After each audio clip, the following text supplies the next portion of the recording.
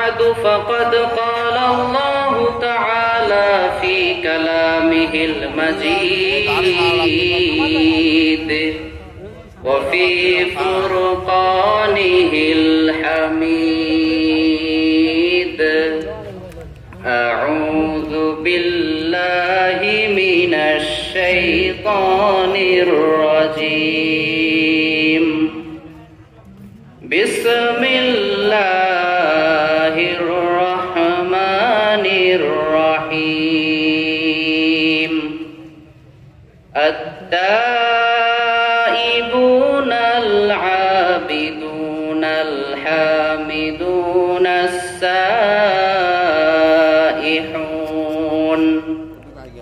الراكعون الساجدون الآمرون بالمعروف والناهون عن المنكر والحافظون لحدود الله وبشر المؤمنين একটু সামনে এগিয়ে আসেন সবাই সবাইকে বসার জায়গা করে দেন যতটুকু সম্ভব একটু চেপে চেপে বসেন ইন্নাল্লাহা ওয়া মালাইকাতাহু ইউসাল্লুনা আলান নবী ইয়া আইয়ুহাল্লাযীনা আমানু সাল্লু আলাইহি ওয়া সাল্লিমু তাসলিমা পড়েন সবাই আল্লাহুম্মা সাল্লি আলা মুহাম্মাদ ওয়া আলা আলি মুহাম্মাদ কামা সাল্লাইতা আলা ইব্রাহিম ওয়া আলা আলি ইব্রাহিম ইন্নাকা হামিদুম মাজিদ اللهم بارك على محمد وعلى آل محمد كما باركت على إبراهيم وعلى آل إبراهيم إنك حميد مجيد সকল প্রশংসার মালিক কে? একটু আওয়াজ করে বলেন না, সকল প্রশংসার মালিক কে? সকল ক্ষমতার উৎস কে? নাকি জনগণ না সূর্য? এটা বলে না? আমাদের কোমলমতি শিশুদেরকে সে ছোট্টবেলায় ক্লাস 3-4 শেখানো হয়, বাবা সকল শক্তির উৎস হলো সূর্য। সায়েন্সের মতে সকল শক্তির উৎস কি? সূর্য। এরপর যখন সে বড় হয়, ম্যাচিউরড হয়, তখন তাকে শেখানো হয় যে না, আগেরটা ভুল, সকল ক্ষমতার উৎস হলো জনগণ। আছে না নাই? তো আমরা যদি এই কোরআনকে জিজ্ঞাসা করি, কোরআন সায়েন্স তো বলতেছে সকল শক্তির উৎস সূর্য, আবার গণতন্ত্র বলতেছে সকল ক্ষমতার উৎস জনগণ, আসলে কোনটা? আসলে কোনটা? আমরা যদি এই কোরআনকে জিজ্ঞাসা করি, তাহলে কোরআন আমাদেরকে অবলীলায় জানিয়ে দেয় আন্নাল কুওয়াতা লিল্লাহি জামিআ, সকল শক্তির উৎস সূর্য নয়, সকল ক্ষমতার উৎস জনগণ নয়, সকল ক্ষমতার উৎস হলেন একজন। আওয়াজ করে বলতে হবে, তিনি কে? আল্লাহ। আল্লাহ হলেন সকল ক্ষমতার উৎস, তার কাছ থেকে সবাই ক্ষমতা পায়, ঠিক কি না? তাহলে সায়েন্স আমাদেরকে বলল একটা, গণতন্ত্র আমাদেরকে বলল আরেকটা, আর কোরআন আমাদেরকে বলল আরেকটা। এবার আমরা মানব কোনটা? একটু আওয়াজ করে বলেন না, মানব কোনটা? আলিফ লাম মিম যালিকাল কিতাবু লা রাইবা ফি হুদাল লিল মুত্তাকিন। আল্লাহ বলেছেন, this is the book, the most authentic, original and reliable book ever in the world. There is no doubt in it and a guidance to those who are muttaqin. সুবহানাল্লাহ পড়েন। আল্লাহ বলেছেন এটা এমন একটা কিতাব যেই কিতাবে কোনো ভুল নাই। আছে নাকি? এই কিতাবে কোনো ভুল নাই, কোনো সন্দেহ নাই, কোনো সংশয় নাই। ভুল থাকতে পারে এটা চিন্তা করারও কোনো সুযোগ নাই। আর আমাদের হেদায়েতের জন্য এই কিতাবটাকে নাজিল করেছেন কে? এই কিতাবটা হচ্ছে আমাদের জীবন বিধান। লিতুখরিজান নাসা মিনাজ যুলুমাতি ইলান নূর।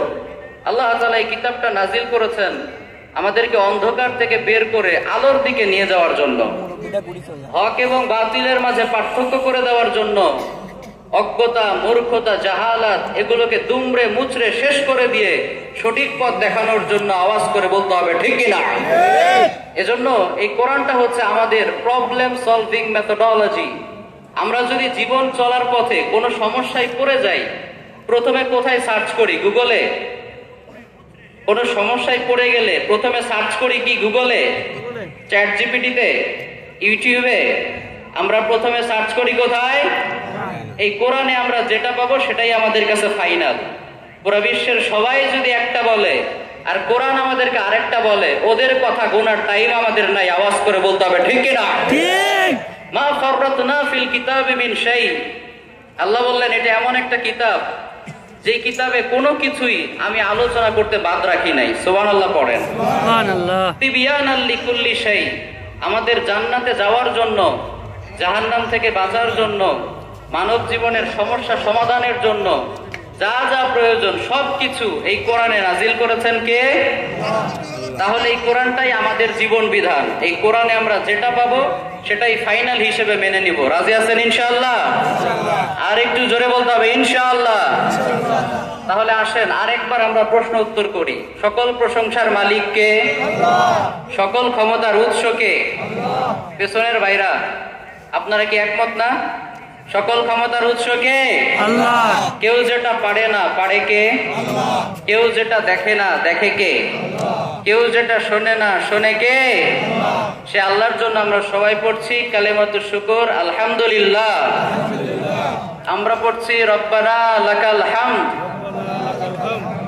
হামদান কাসীরান তাইয়িবান মুবারাকান ফি ইয়া রাব্বি লাকাল হামদু কামা ইয়ানবাগি লিজালালি ওয়াজহিক ওয়া আযীমি সুলতানিক লাকাল হামদু বিল ঈমান লাকাল হামদু বিল ইসলাম লাকাল হামদু বিল কোরআন।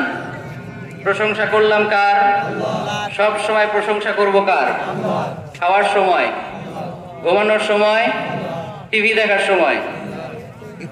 হ্যাঁ, টিভি দেখেন নাকি আপনারা? দেখেন না? অনেকেই দেখে আবার অনেকেই দেখে না। তো যাই হোক, টিভির আসলে কোনো দোষ নাই। একটু বোঝার চেষ্টা করেন, টিভির কোনো দোষ নাই। দোষ হলো তার যে এটাকে মিস ইউজ করবে, অপব্যবহার করবে, ঠিক কিনা? এই টিভিটাতে আপনি যদি ভালো ভালো প্রোগ্রাম গুলো দেখেন, ইসলামিক টিভির বিভিন্ন আপনি লাইভ সেশন গুলো দেখেন, সওয়াব আছে না নাই? পবিত্র মক্কাতুল মুকাররমার তেলাওয়াত চলছে, মসজিদে নববীতে সালাত আদায় হচ্ছে, আপনি যদি সেগুলো দেখেন সওয়াব নাই? আছে। তার মানে টিভির কোনো দোষ নাই। যেমন একই ছুরি দিয়ে ডাক্তার অপারেশন করে রোগীকে বাঁচায়, আবার ওই ছুরি দিয়ে ডাকাত মানুষকে হত্যা করে, ঠিক না? তো টিভিটাও এইরকম, ইউটিউবটাও এইরকম, ফেসবুকটাও এইরকম। দেখতে হবে আপনি কোন কাজে এটাকে ইউজ করছেন। এজন্য আমাদের যাদের বাড়িতে টিভি আছে থাকতে পারে, কোনো আপত্তি নাই, না থাকাটা সবচেয়ে ভালো। কিন্তু কেউ যদি রাখে আমরা তাকে খারাপ বলতে পারবো না। সে যদি ভালো ভালো প্রোগ্রাম গুলো দেখে কোনো সমস্যা হবে না। আর যাদের বাড়িতে টিভি আছে আপনাদেরকে আজকে একটা প্রতিজ্ঞা করে যেতে হবে। আমরা ডিশ লাইন নিয়েছি, কোনো সমস্যা নাই, কিন্তু আজকে থেকে আমি এবং আমার ফ্যামিলির অন্য কেউ এই টিভিতে ভালো কোনো প্রোগ্রাম ছাড়া খারাপ কোনো প্রোগ্রাম দেখবো না। ইনশাল্লাহ পড়েন, আর একটু জোরে পড়েন না ইনশাআল্লাহ। আচ্ছা, টাকা দিয়ে ডিশ নেই তার মানে কি সব চ্যানেল দেখবো নাকি? কথা কয় না, দেখবো। টাকা দিয়ে কলা কিনেন তাই বলে কি ছোলা সহ খান না ছোলা ফেলে দেন? টাকা দিয়ে বাদাম কিনেন তাই বলে কি খোসা সহ খান না ফেলে দেন? তো টাকা দিয়ে কলা কিনেছি বলে কলা ছোলা সহ আমরা খাই না, টাকা দিয়ে বাদাম কিনি বলে খোসা সহ বাদাম খাই। তেমনি ডিশ লাইন টাকা দিয়ে নিয়েছি বলেই সব চ্যানেল দেখা যাবে না। এটাকে মনিটরিং করতে হবে। নিজেও খারাপ কিছু দেখবো না, অন্যকেও দেখতে দিব না। আপনি হচ্ছেন বাড়ির ইমাম। যারা বাবা আছেন বিবাহিত, মনোযোগ দিয়ে শোনেন। আর রিজালু কাওয়ামুনা আলান নিসা, বাবা হচ্ছে ফ্যামিলির ইমাম, আপনি ফ্যামিলির কি? ইমাম। তো ইমাম সাহেবের দায়িত্ব আছে না নাই? আপনার ওয়াইফ টিভিতে কোন কোন প্রোগ্রাম গুলো দেখে, সে কি ভালো কোনো ইসলামিক প্রোগ্রাম দেখে না খালি স্টার জলসা, জি বাংলা এগুলো নিয়ে পড়ে থাকে? এই ব্যাপারে আপনাকে কিয়ামতের দিন জিজ্ঞাসা করবেন কে? আল্লাহ। বিশ্বনবী বলেছেন কুল্লুকুম রাঈন ওয়া কুল্লুকুম মাসউলুন আন রাইয়াতিহি। বিশ্বনবী বলেছেন তোমরা প্রত্যেকেই দায়িত্ববান আর তোমাদের প্রত্যেকের দায়িত্ব সম্পর্কে in the day of judgement জিজ্ঞাসা করবেন কে? আল্লাহ তাআলা আপনার দায়িত্ব সম্পর্কে জিজ্ঞাসা করবেন, আমানত সম্পর্কে জিজ্ঞাসা করবেন। আমরা কিন্তু কেউই আমানতের বাইরে না, কথা বুঝতে পারছেন? আমরা কেউই আমানতের বাইরে না। বিষয়টা একটু বোঝেন, এটা একটা কম্প্রিহেন্সিভ বিষয়। যিনি মসজিদের ইমাম, উনার কাঁধে পুরো মসজিদের দায়িত্বটা আমানত, ঠিক কিনা? যিনি চেয়ারম্যান, উনার কাঁধে পুরো নির্বাচনী এলাকাটা আমানত। যিনি MP, member of the parliament, তার পুরো এই যে নির্বাচনী এলাকা তার কাঁধে আমানত। যিনি প্রধানমন্ত্রী, পুরো মন্ত্রণালয়টা তার কাঁধে আমানত। যিনি দেশের প্রধানমন্ত্রী, এই 56,000 বর্গ মাইলের এক একটা ইঞ্চি তার কাঁধে আমানত। আওয়াজ করে বলতে হবে, ঠিক কিনা? প্রত্যেকটা ইঞ্চির ব্যাপারে আল্লাহ তাআলা তাকে জিজ্ঞাসা করবেন। খালি যে দায়িত্ব নেওয়ার জন্য 3 কোটি 4 কোটি টাকা ঢালেন, দায়িত্ব নেওয়া যে কি কঠিন, দায়িত্বের হিসেব দেওয়া যে কি কঠিন, এইটা জানলে জাতির সামনে ক্ষমা চেয়ে বলতেন, আমি মাফও চাই, দোয়াও চাই, আমি এই দায়িত্ব পালন করতে পারবো না। কেউ যদি ভালো মানুষ থাকে সেটা ভিন্ন ব্যাপার, কিন্তু এই যে দায়িত্ব চেয়ে নেওয়া, নিজে ক্ষমতায় আসার জন্য কোটি কোটি টাকা ইনভেস্ট করা, বেতন কত বলেন তো? একটা 5,000 টাকার মেম্বার মাসে 5,000 টাকা পায়, সে যদি নির্বাচনের জন্য আপনার লক্ষ লক্ষ 5 লক্ষ 10 লক্ষ টাকা ঢালে, ওই টাকা উঠাবে কবে? আর উঠানোর জন্য তাকে কি কি করতে হবে বোঝা যায়? তো এই জন্য আমরা আমাদের দায়িত্বের ব্যাপারে সচেতন হই। আপনি যদি বিয়ে করে থাকেন, আপনার সবচাইতে ইম্পর্টেন্ট যে বিষয় সেটা হচ্ছে পার্সোনালিটি, ব্যক্তিত্ব। আপনার ওয়াইফকে যদি আপনি কন্ট্রোল না করতে পারেন, আপনার ওয়াইফকে আপনি বলেন বারবার যে তুমি ইসলামিক প্রোগ্রামগুলো দেখো, অন্য চ্যানেল দেখো না, কিন্তু সে আপনাকে কেয়ার করে না, বুঝতে হবে আপনি বিয়ে করেছেন কিন্তু স্বামী হতে পারেন নাই। কথা বলেন, ঠিক কিনা? বিয়ে করা আর স্বামী হওয়া কি এক জিনিস? স্বামীর মতো স্বামী হওয়া অনেক টাফ। পার্সোনালিটি না থাকলে, ব্যক্তিত্ব না থাকলে সে কখনো স্বামী হতে পারে না। পাশাপাশি আমার মাইকের আওয়াজ যে মা বোনদের কানে যায়, তাদেরকেও আমি বলি যে আপনাদের পেটগুলো হচ্ছে এক একটা খনি, এক একটা কি তেলের খনি, গ্যাসের খনি, এগুলোর চেয়েও দামি খনি। এই মা এবং বোনেরা তারা যদি নিজেরা নিজেদেরকে কন্ট্রোলের মধ্যে রাখতে পারে, পর্দার মধ্যে রাখতে পারে, ভালো ভালো আলোচনা শোনে, কোরআন তেলাওয়াত শোনে, তাহলে তাদের পেট থেকেই বেরোবে যুগশ্রেষ্ঠ মুফাসসির, ঠিক কি না? যুগশ্রেষ্ঠ মুহাদ্দিস বেরোবে, আল্লাহওয়ালা বেরোবে, দেশপ্রেমিকরা বেরোবে। আর যদি মায়েরা বোনেরা স্টার জলসা নিয়ে ব্যস্ত থাকে, জি বাংলা নিয়ে ব্যস্ত থাকে, হিন্দি সিনেমার কোমর দুলানো ড্যান্স নিয়ে ব্যস্ত থাকে, ওদের পেট থেকেই বেরোবে এক একটা কুখ্যাত সন্ত্রাসী। ঠিক, ওদের পেট থেকে যেগুলো বেরোবে, ওরা এক একটা সাইন দিয়ে দেশের কোটি কোটি টাকা বিদেশে পাচার করবে, ঠিক না? এজন্য আপনার নিজেকে ভালো রাখতে হবে। আপনি তো শুধু একা না, আপনি একটা ফ্যাক্টরি। আপনার ভেতর থেকে অনাগত প্রজন্ম আসবে। এজন্য মা এবং বোনদের কাছে আমার হাম্বল রিকোয়েস্ট, আমার বিনীত আবেদন, নিজেদেরকে পর্দার ভেতরে রাখুন। আল্লাহ আমাদের সবাইকে সেই তৌফিক দান করুক। আমরা সবাই পড়ি আমিন। তাহলে বোঝা গেল টিভি দেখার দোষ নাই, দোষ তার যে এটাকে খারাপ ভাবে ব্যবহার করবে। আমরা যেন আমাদের টিভি, মোবাইল এগুলোকে ভালো ভালো কাজে ব্যবহার করতে পারি। আল্লাহ তৌফিক দান করুক। আমরা পড়ি আমিন।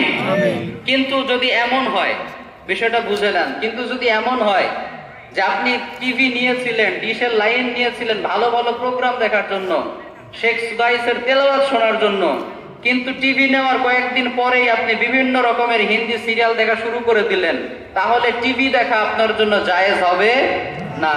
মোবাইল কিনেছিলেন, অনেক ছেলে পেলে বাবাকে বলে, বাবা পড়ালেখার অনেক চাপ, মোবাইল কিনে দাও, মোবাইলে অ্যাসাইনমেন্ট ভালো করে করা যায়, অনেক কিছু শিক্ষণীয় আছে।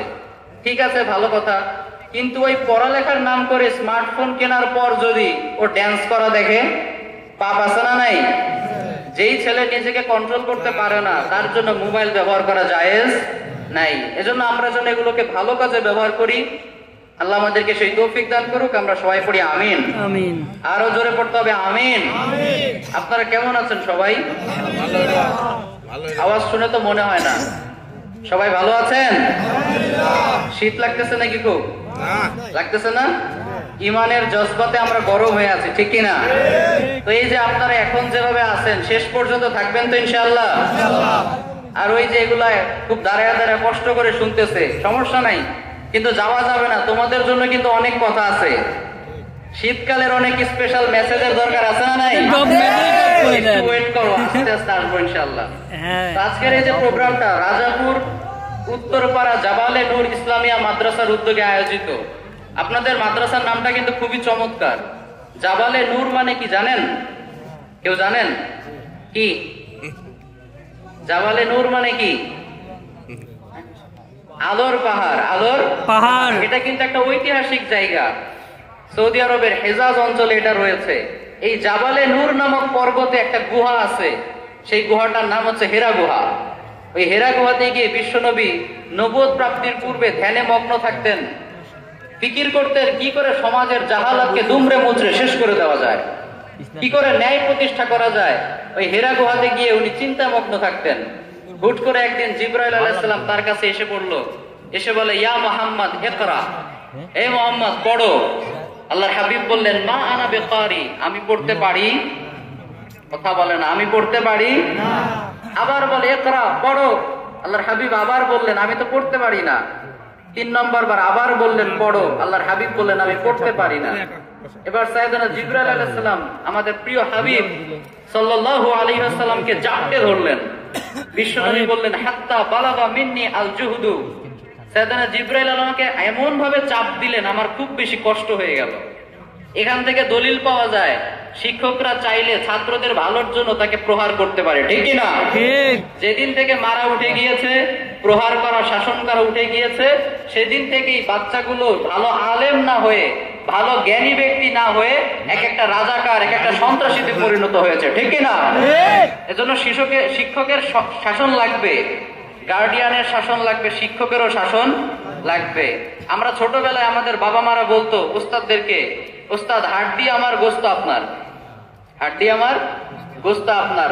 না পড়া পারলে পিঠে ছাল তুলে দিবেন। আলহামদুলিল্লাহ কিছু হলেও পড়তে পেরেছি। কিন্তু এখন যদি এমন হয়, শিক্ষক ছাত্রের ভালোর জন্য ছাত্রকে একটা বাড়ি দিল, এরপর পুরো মামা খালু পুরো গোষ্ঠী উদ্ধার করে চলে গেল, উস্তাদকে আজকে কোপা শামসু কোপা। আমাদের বংশের ছেলের গায়ে হাত দিছে মানে ও আলেম হোক আর জালেম হোক, ওটা তো আপনার দেখার বিষয় না। মাদ্রাসায় ভর্তি করেছি, বড় আলেম হলে হবে, না হলে নাই, না হলে। কিন্তু আমাদের ছেলের গায়ে হাত তোলা যাবে না। তো এইরকম করার কারণে আসলে উন্নতি হচ্ছে না। তো সাইয়েদনা জিবরাইল আলাইহিস সালাম আল্লাহর হাবিব যখন পড়া পারলেন না, তাকে জাপটে ধরলেন। আল্লাহর হাবিব বললেন, আমার কষ্ট হয়ে গেল। এরপর যখন বলে ইকরা, পড়ো, এবার অটোমেটিকলি আল্লাহর রহমতে আল্লাহর হাবিব পড়তে শুরু করলেন। সুবহানাল্লাহ পড়েন। জিবরাইল আলাইহিস সালাম বললেন, ইকরা বিসমি রাব্বিকাল্লাযী খালাক, read in the name of your lord who has created, পড়ো সেই প্রভুর নামে যিনি সবকিছুকে সৃষ্টি করেছেন। তো ওই যে জাবালে নূরের মধ্যে ওহী নাজিল হয়েছিল, আল্লাহর হাবিবের প্রথম শিক্ষা অর্জনটা জাবালে নূরের পর্বতে হয়েছিল। আপনার সন্তানদেরকে আপনি যদি মাদ্রাসায় দেন, ইনশাআল্লাহ নামেরও একটা বরকত আছে না নাই? আল্লাহর হাবিবের প্রথম মাদ্রাসা জাবালে নূর, আপনার ছেলের প্রথম মাদ্রাসাটাও ইনশাআল্লাহ হবে জাবালে নূর। পারা যাবে ইনশাআল্লাহ। আল্লাহ আমাদেরকে তৌফিক দান করুক, আমরা সবাই পড়ি আমিন।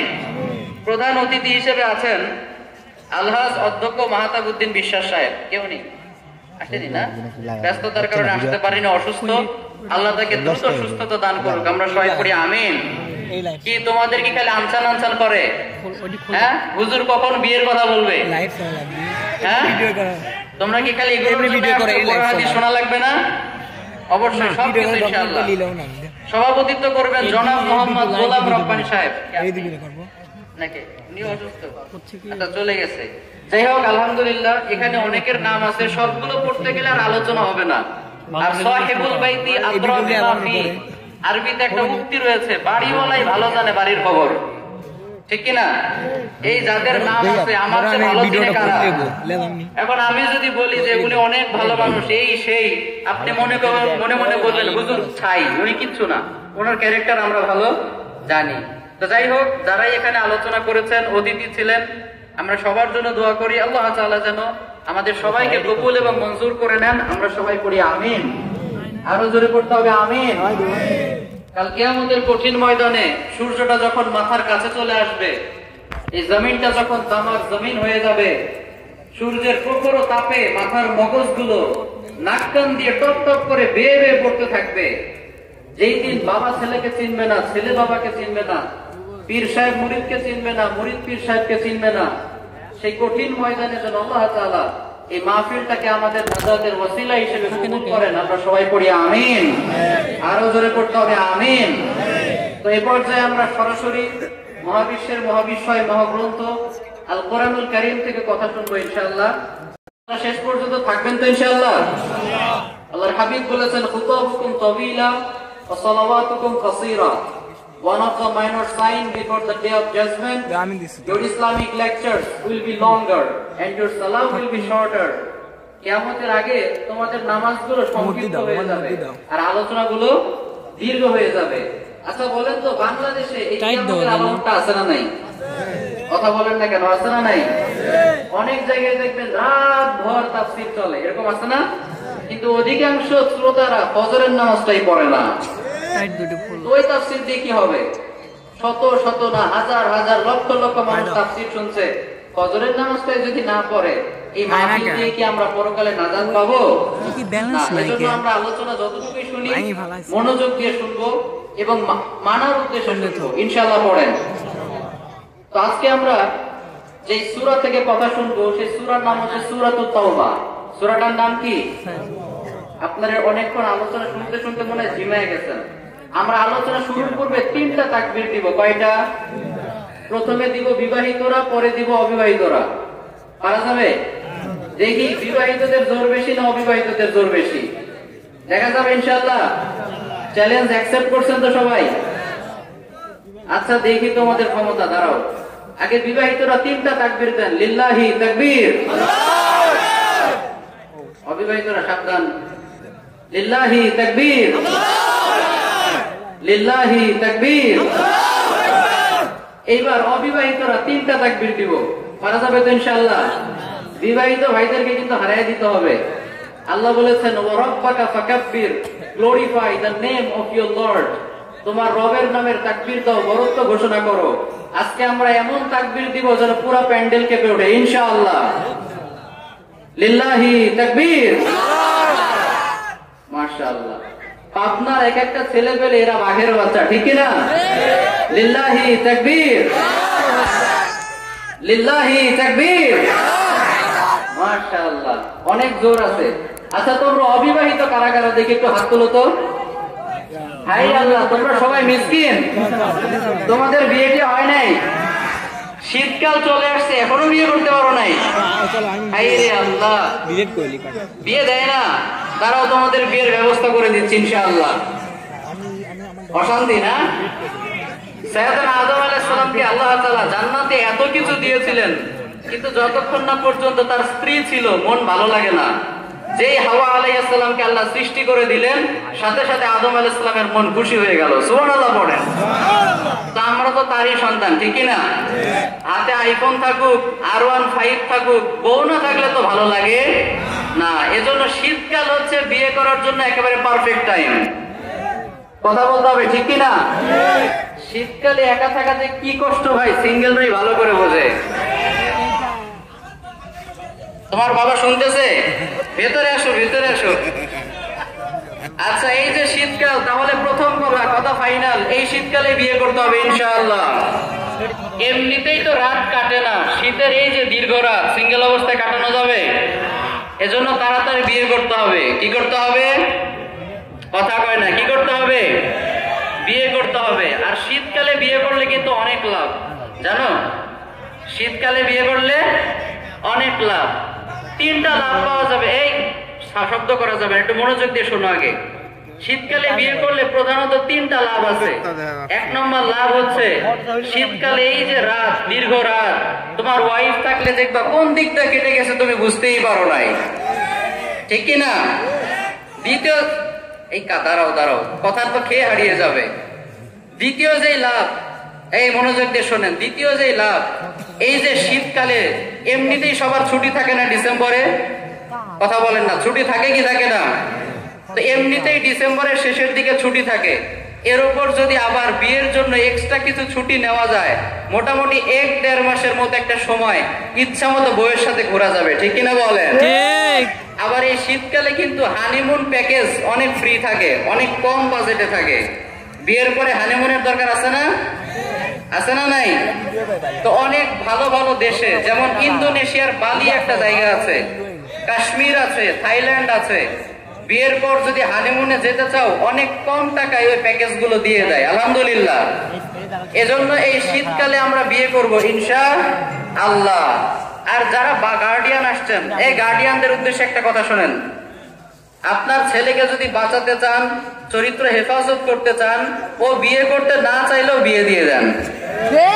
ছেলেকে মোবাইল দেওয়ার চাইতে, গাড়ি দেওয়ার চাইতে গুরুত্বপূর্ণ কাজ হচ্ছে বিয়ে দিয়ে দেওয়া, ঠিক কিনা? কারণ যেই সমাজে বিয়ে কঠিন ওই সমাজে জেনা সহজ, আর যেই সমাজে বিয়ে সহজ ওই সমাজে জেনা কঠিন। আচ্ছা বলেন তো, আমাদের সমাজে জেনা সহজ না বিয়ে সহজ? জেনা সহজ। আরো জোরে বলতে হবে, কোনটা সহজ? জেনা সহজ। বিয়ে করতে গেলে 10 লক্ষ টাকা মোহরানা লাগে, ফ্ল্যাট লাগে, ব্যাংক ব্যালেন্স লাগে। জেনা করতে কিচ্ছু লাগে না, তুমি আমি রাজি থাকলেই হয়। গার্লফ্রেন্ডকে ফুচকা খাওয়া দিলেই খুশি না? তাহলে কম টাকায় স্বল্প মূল্যে এই অন্যায়গুলো কিন্তু ছেলে মেয়েরা করে বেড়াচ্ছে। এজন্য বাবা হিসেবে এটা আপনারও দায়িত্ব, তাদেরকে সময় মতো বিয়ে দিয়ে দেওয়া। পারা যাবে তো ইনশাআল্লাহ? আর একটু জোরে বলেন না ইনশাআল্লাহ।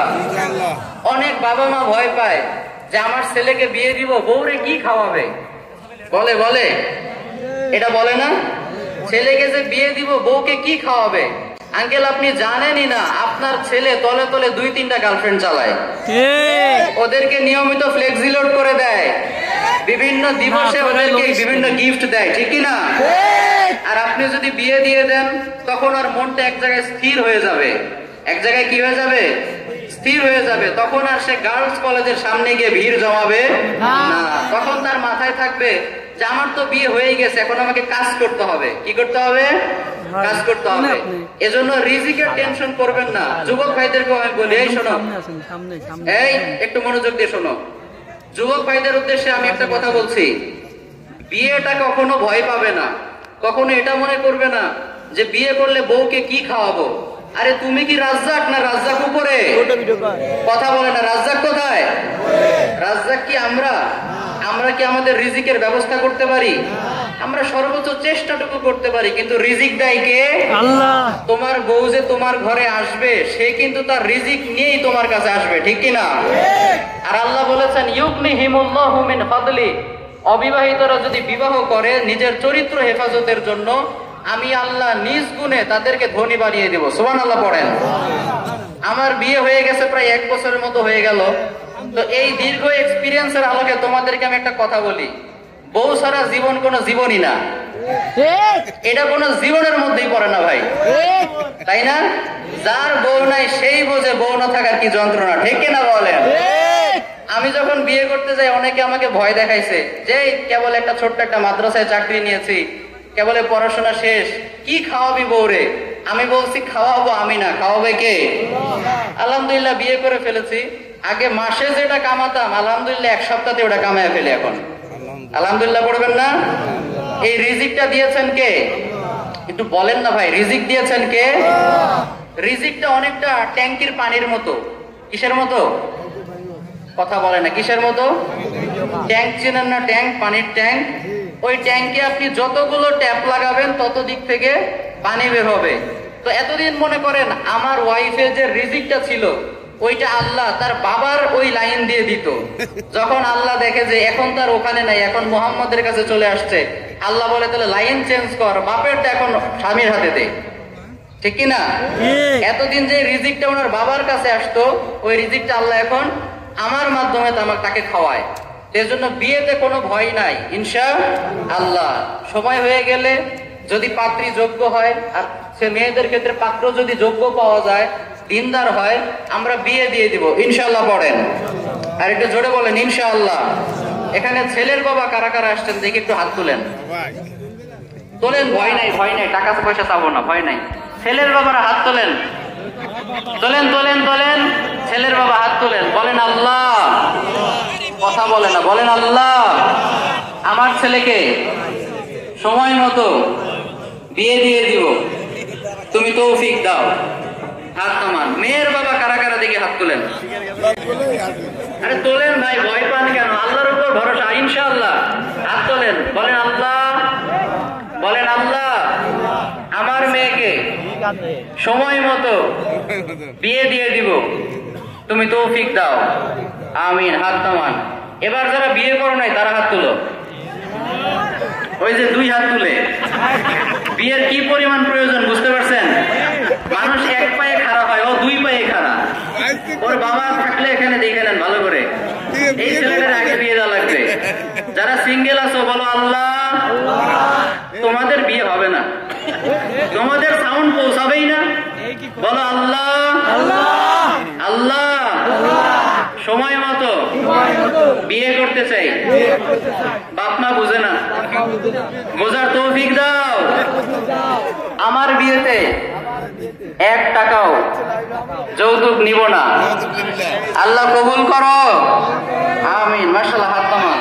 এই তো সবাই খুশি, ছেলের বাবাও খুশি, মেয়ের বাবাও খুশি, পাত্ররাও খুশি, ওইদিকে মাইকের আওয়াজ শুনে পাত্রীরাও খুশি, ঠিক না? খুশি খুশি আজকে আমরা তাফসীর শুরু করবো ইনশাআল্লাহ। ওই যে ওর বিয়ের ইয়া হয়ে গেছে, চলে যাচ্ছে। বিয়ের জন্য কি খালি আসছিলা? বাবাকে রাজি করো, প্রয়োজনে যাওয়ার সময় আমি নিজে বিয়ে দিয়ে যাবো ইনশাআল্লাহ। আচ্ছা, শেষ পর্যন্ত থাকি আমরা ইনশাআল্লাহ। তাহলে এখন আমরা যে সূরা থেকে কথা শুনবো, সেই সূরাটার নাম হচ্ছে সূরাতুত তাওবা। সবাই বলেন সূরাটার নাম। তাওবা মানে হচ্ছে আর রুজুউ ইলাল্লাহ, মানে আল্লাহর দিকে ফিরে আসা। আপনি আল্লাহর থেকে অনেক দূর চলে গিয়েছেন, এবার আপনি আবার তার কাছে ফিরে আসছেন, এইটাকে বলে তাওবা। এটাকে কি বলে? আল্লাহর হাবিব বলেছেন, শোনেন এদিকে তাকান। আল্লাহর হাবিব বলেছেন, একটা বান্দা যখন আল্লাহর কাছে তওবা করে আল্লাহ কত খুশি হয় জানেন? আল্লাহর হাবিব বলেছেন, একটা ব্যক্তি মরুভূমিতে তার উট নিয়ে অনেক দূর চলে গিয়েছে, যেতে যেতে এক সময় তার খুব ক্লান্তি এসেছে, ক্লান্ত লাগছে, সে উটটাকে পাশে বেঁধে ঘুমিয়ে পড়েছে। ঘুম থেকে উঠে দেখে আর উট নাই, আর উট নাই। তো মরুভূমি কি আপনাদের এই পাবনার মতো রাস্তা যে কোনো সময় রিক্সা পাওয়া যাবে, ভ্যান পাওয়া যাবে? এরকম মরুভূমিতে কেউ নাই। সে জীবনের ভরসা ছেড়ে দিয়েছে, সে মনে মনে বুঝতে পেরেছে আজকে আমি আর বাঁচবো না। অনেক দূর তার অনেকক্ষণ উটটাকে খোঁজাখুঁজি করার পর যখন শেষমেশ তার উটটাকে পেল না, সে হতাশ হয়ে আবার ঘুমিয়ে পড়লো। হতাশ হয়ে কি করলো? ঘুমিয়ে পড়লো। কিন্তু ঘুম থেকে ওঠার পর দেখে আল্লাহর কি কুদরত, তার ওই হারিয়ে যাওয়া উটটা তার সামনে দাঁড়িয়ে আছে। আলহামদুলিল্লাহ পড়েন। আল্লাহর হাবিব বললেন, ওই যে ব্যক্তিটা যে জীবনের আশা ছেড়ে দিয়েছিল, মৃত্যুকে আলিঙ্গন করতেই যাচ্ছিল, সেই মুহূর্তে সে তার উটটাকে পেয়ে যেই পরিমাণ খুশি হয়, একজন গুনাহগার বান্দা যদি আল্লাহর কাছে তওবা করে ফিরে আসে, আল্লাহ তার চাইতেও বেশি খুশি হয়। সুবহানাল্লাহ। এত আস্তে জোরে বলেন সুবহানাল্লাহ। এজন্য তাওবা করতে আমরা রাজি আছি তো ইনশাআল্লাহ। এই সূরাটার নাম হচ্ছে সূরাতুত তাওবা। এই সূরাটার নাম হচ্ছে সূরাতুত তাওবা। পবিত্র কোরআনের সূরাগুলো নিয়ে আপনি যদি একটু রিসার্চ করেন, আপনার কলিজাটা ঠান্ডা হয়ে যাবে। কি সুন্দর সুন্দর সূরা। এই একটু সবাই আস্তে মনোযোগ দিয়ে, পিন ড্রপ সাইলেন্ট, একেবারে পিন পতন নীরবতা লাগবে ইনশাআল্লাহ। আমরা বেশিক্ষণ থাকবো না, গভীর রাত হয়ে গিয়েছে। কয়েকটা পয়েন্টে কথা বলে আমরা বিদায় নিব ইনশাআল্লাহ। কোরআনে মানুষের নামে সূরা আছে না নাই? সূরাটার নাম কি? সূরাতুন নাস। আবার জিনের নামেও সূরা আছে না নাই? সূরাটার নাম সূরাতুল জিন। মুমিনুনদের নামে সূরা আছে, সূরাতুল মুমিনুন। আবার কাফেরদের ব্যাপারেও সূরা আছে না নাই? সূরাতুল কাফিরুন। পুরুষদের নামে আল্লাহ সূরা দিয়েছেন, সূরা ইব্রাহিম, সূরা হুদ, সূরা লূত, সূরা নূহ, আছে না? আবার একটা নারীর নামেও সূরা দিয়েছেন, সূরাটার নাম হচ্ছে সূরাতু মারইয়াম, ঈসা আলাইহিস সালামের মায়ের নামে। এখন মেয়েরা তো একটু অভিমান করে বেশি, তাই না? তো মেয়েরা যদি এবার বলে যে কি ব্যাপার, এতগুলো নবীর নামে সূরা আর আমাদের মেয়েদের মধ্যে হতে শুধু একটা মেয়ের নামে সূরা, এটা তো ঠিক হলো না। আল্লাহ বলে মন খারাপ করো না, যেহেতু একটা মেয়ের নামে সূরা দিয়েছি, যাও নারীদের নামেই আমি একটা সূরা দিয়ে দিলাম। সুবহানাল্লাহ পড়েন। সূরাতুন নিসা, সূরাটার নাম কি? সূরাতুন নিসা। আবার প্রাণীদের মধ্যে যদি বড় প্রাণী আমরা হাতিকে ধরি, ওই নামেও সূরা আছে না নাই? সূরাতুল ফিল। আবার ছোট প্রাণীর মধ্যে আমরা যদি পিপিলিকাকে ধরি, পিঁপড়া, আছে না? সূরাতুন নামাল। আবার আছে সূরাতুন নাহাল, মানে মৌমাছির নামে সূরা। আলহামদুলিল্লাহ পড়েন। তো এইরকম ভাবে করতে করতে আল্লাহ তাআলা তাওবার নামে একটা সূরা ডেডিকেট করেছেন, অর্থাৎ আল্লাহর দিকে ফিরে আসার সূরা। আলহামদুলিল্লাহ পড়েন। এই সূরার 122 নম্বর আয়াত থেকে আজকে আমরা তাফসীর শুনবো ইনশাআল্লাহ। একটু জোরে সোরে বলেন না ইনশাআল্লাহ।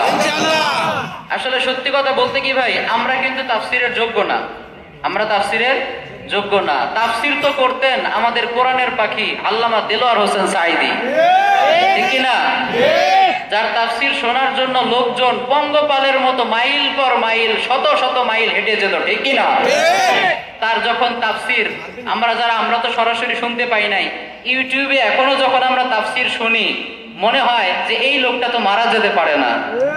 এতটা এভারগ্রিন, এতটা চিরসবুজ তাফসীর শুনি আর মাঝে মাঝে ভাবি এই লোকটা আসলেই মারা গিয়েছে, মন থেকে বিশ্বাস হতে চায় না।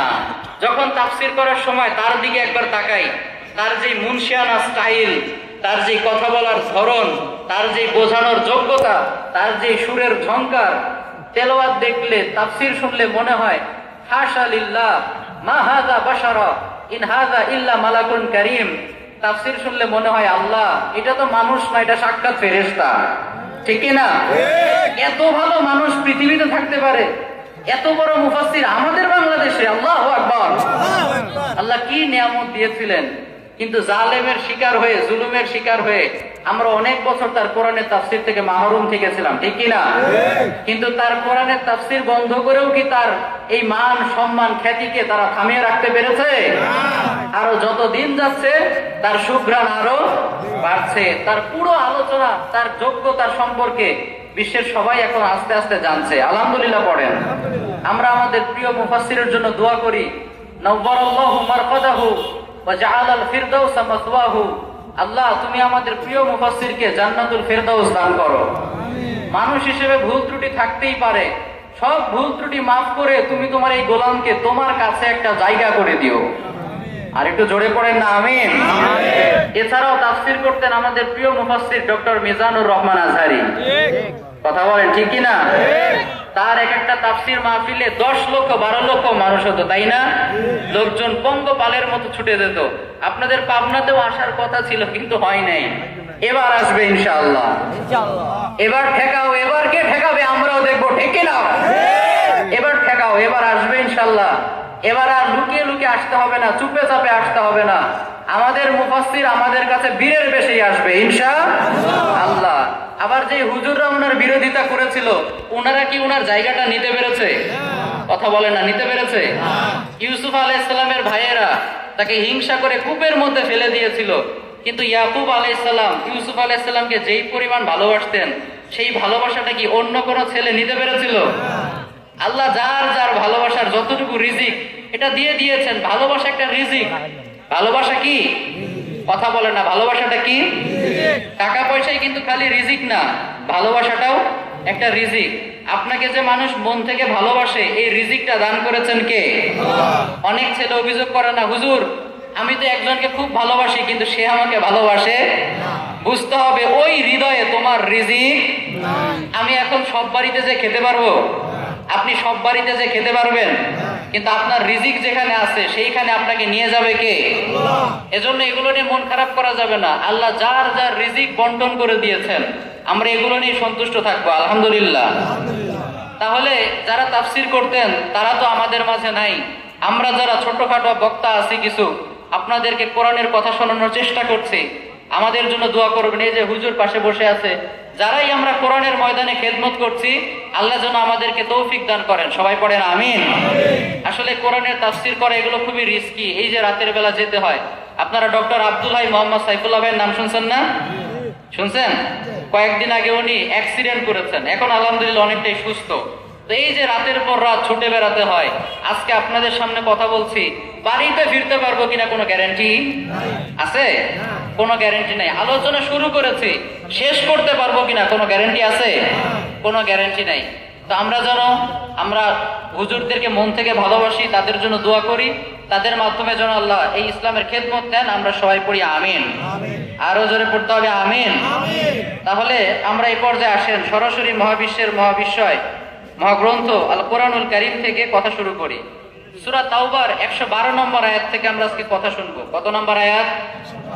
সবাই বলেন 112। এই 112 নম্বর আয়াতে মোবাইল রাখেন।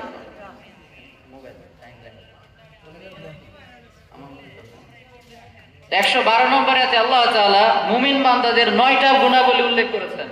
কয়টা গুণাবলী? 9টা। সবাই বলেন কয়টা? এই 9টার কয়েকটা শুনেই আমরা বাড়ি চলে যাব নাকি? না সবগুলো শুনবেন? সব। আর শুনেই বাড়িতে চলে যাব, মানার দরকার নাই তো? আছে? আমরা এই 9টা গুণ শুনবো এবং মানবো ইনশাআল্লাহ। এই 9টা গুণ যে বান্দার মধ্যে থাকবে, আল্লাহ বলেছেন ওয়াবাশশিরিল মুমিনিন, ওই সকল মুমিনদেরকে তুমি জান্নাতের সুসংবাদ দিয়ে দাও। সুবহানাল্লাহ পড়েন। সুবহানাল্লাহ। কোন জান্নাত? আ'দাতু লিইবাদিয়াস সালিহিন মা লা আইনুন রাআত। ওই জান্নাত, যে জান্নাত কোন চোখ কোনদিন দেখেনি। সুবহানাল্লাহ নাই? ওয়ালা উযুনুন সামিআত। জান্নাতের নাজ নেয়ামত এত বেশি, যে নাজ নেয়ামতের পরিপূর্ণ বর্ণনা কোন কান কোনদিন শোনেনি। ওয়ালা খাতারা আলা কলবি বাশার। কোন মানুষের হৃদয়ে এটা কল্পনাও করতে পারবে না জান্নাত কতটা সুন্দর। সুবহানাল্লাহ পড়েন। আপনি সারা দিন চেষ্টা করবেন জান্নাতকে মনে মনে আঁকার, জান্নাতে এরকম, জান্নাতে এটা আছে, ওটা আছে। আল্লাহ বললেন আপনার চিন্তা যেখানে শেষ, জান্নাতের সৌন্দর্য সেখান থেকেই শুরু। সুবহানাল্লাহ পড়েন। মাওদিউ সাউতিন ফিল জান্নাহ খায়রুম মিনাদ দুনিয়া ওয়া মা ফিহা। জান্নাতের এক হাত জায়গার দাম কত বেশি জানেন? এই দুনিয়া এবং দুনিয়ার মধ্যে যা কিছু আছে সবকিছুকে যদি এক পাল্লায় উঠিয়ে দেওয়া হয়, আর জান্নাতের এক হাত জায়গাকে যদি আরেক পাল্লায় উঠিয়ে দেওয়া হয়, আল্লাহর হাবিব বললেন জান্নাতের এক হাত জায়গার দাম বেশি হয়ে যাবে। সুবহানাল্লাহ পড়েন। ওই জান্নাতের একটা ইট হবে স্বর্ণের, আর একটা ইট হবে রৌপ্যের। বিশ্বনবী বলেছেন আল জান্নাতু বিনাউহা লাবিনাতুম মিন ফিদ্দা ওয়া লাবিনাতুম মিন যাহাব। জান্নাতের একটা ইট হবে রৌপ্যের, একটা ইট হবে স্বর্ণের। বর্তমান বিশ্বের সবচাইতে ধনী ব্যক্তি হচ্ছে ইলন মাস্ক। কি নাম? ইলন মাস্ক, টেসলা কোম্পানির সিইও। আগে ছিল বিল গেটস, তো উনাকে টপকে এখন ইলন মাস্ক ধনীদের শীর্ষে। তো এত ধন সম্পদের মালিক হওয়া সত্ত্বেও, বিশ্বের সবচাইতে ধনী ব্যক্তি হওয়া সত্ত্বেও উনার বাড়ির একটা ইট স্বর্ণের, একটা ইট রৌপ্যের। এইরকম কথা বলেন, এইরকম কোন মানুষের বাড়ি কি এরকম বানানো সম্ভব?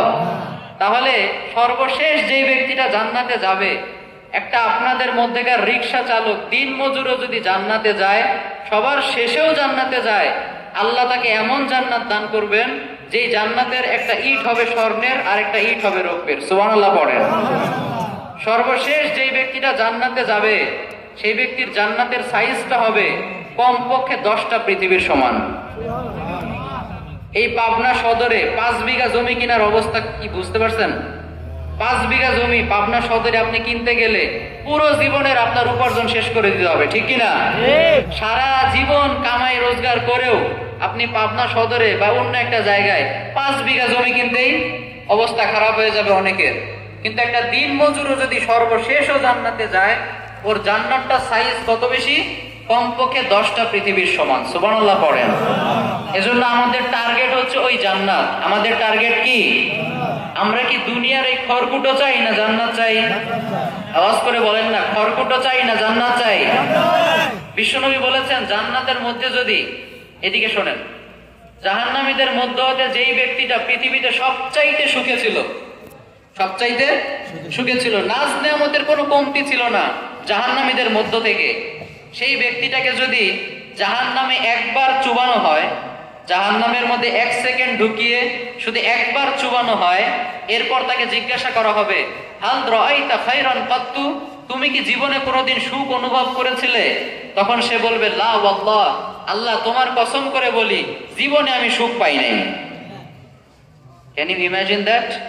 পৃথিবীতে সবচাইতে সুখে ছিল, তাকে জাহান্নামের মধ্যে শুধু 1 সেকেন্ডের পর্যন্ত ঢোকানো হয়েছে, একবার চুবানো হয়েছে, এরপর সে জীবনের সব সুখের কথা ভুলে গিয়েছে। আবার জান্নাতীদের মধ্য থেকে যেই ব্যক্তিটা পৃথিবীতে সবচাইতে কষ্টে ছিল, সেই ব্যক্তিটাকে যদি জান্নাতের মধ্যে 1 সেকেন্ড শুধু ঢোকানো হয়, এরপর তাকে জিজ্ঞেস করা হয় আল মাসসাবিকা শাররান কাত্তু, তুমি কি জীবনে কষ্ট পেয়েছো? সে বলবে লা ওয়াল্লাহ, আল্লাহ তোমার কসম করে বলি কষ্ট কি আমি জীবনে চোখেই দেখি নাই। আলহামদুলিল্লাহ পড়বেন না? তাহলে আপনি তাও তো দুনিয়াতে কোনো মতে আছেন, আপনার চাইতেও কষ্টে আছে, সেই ব্যক্তিটাও যদি জান্নাতে 1 সেকেন্ডের জন্য খালি ঢুকতে পারে, ও জীবনের সব কষ্ট ভুলে যাবে। সুবহানাল্লাহ পড়েন। সারা বছর কষ্ট করে আমরা পরীক্ষার প্রিপারেশন নেই, বিসিএস পরীক্ষার প্রিপারেশন, যদি একবার আমরা জানতে পারি বিসিএস এ টিকে গেছে, রেজাল্ট ফার্স্ট ক্লাস ফার্স্ট, ওর ওই কষ্টের কথা আর মনে থাকে না? যদিও মনে থাকে, এরপরেও ওই কষ্টটা আর লাগে না। মনে মনে সুখ লাগে যে এতদিন কষ্ট করেছিলাম, আজকে একটা ফল পেয়েছি, ঠিক কিনা বলেন? তা আপনি দুনিয়াতে এই যে এত কষ্টে আছেন, কোনো সমস্যা নাই। জান্নাতে যদি 1 সেকেন্ডের জন্য ঢুকতে পারেন, দুনিয়ার সব কষ্ট আল্লাহ আপনাকে ভুলিয়ে দিবেন। আলহামদুলিল্লাহ পড়েন। এজন্য আপনাদের উদ্দেশ্যে আমার যে প্রথম নসিহত, সেটা হচ্ছে দুনিয়াতে কোটিপতি হতে পারেন নাই, মন খারাপ করবেন না। একটা বড় বিল্ডিং এর মালিক হতে পারেন নাই, মন খারাপ করা যাবে না। একটা দামি গাড়ি নাই, থাকলে ভালো হতো, কিন্তু নাই, মন খারাপ করা যাবে? লিকাইলা তাসাউ আলা মা ফাতাকুম, আল্লাহ বলেছেন দুনিয়াতে তোমার থেকে যাই ছুটে যাক না কেন, যাই হারিয়ে যাক না কেন, মন খারাপ করো না, দুঃখ করো না। করলে লস তোমার। লস কার? কথা বলে না, লস কার? আমার। ওয়ালা তাফরাহু বিমা আতাকুম, আর আল্লাহ যদি কিছু দিয়ে দেয়, এইটা নিয়েও খুব বেশি লাফালাফি করার কিছু নাই। হুট করে আপনি অনেক টাকা পয়সার মালিক হয়ে গেছেন, লাফালাফি করা যাবে? কারণ যেই আল্লাহ দিতে পারে, সে আল্লাহ নিতে পারে না? রাতের বেলা ধনী, সকালবেলা ফকির বানিয়ে দিতে পারে কে? স্বৈরাচারী শাসককেও একদিনের ব্যবধানে দেশ ছাড়া করতে পারে কে? আল্লাহ সব পারে, আল্লাহ সব পারে। এজন্য হতাশ হওয়া যাবে না।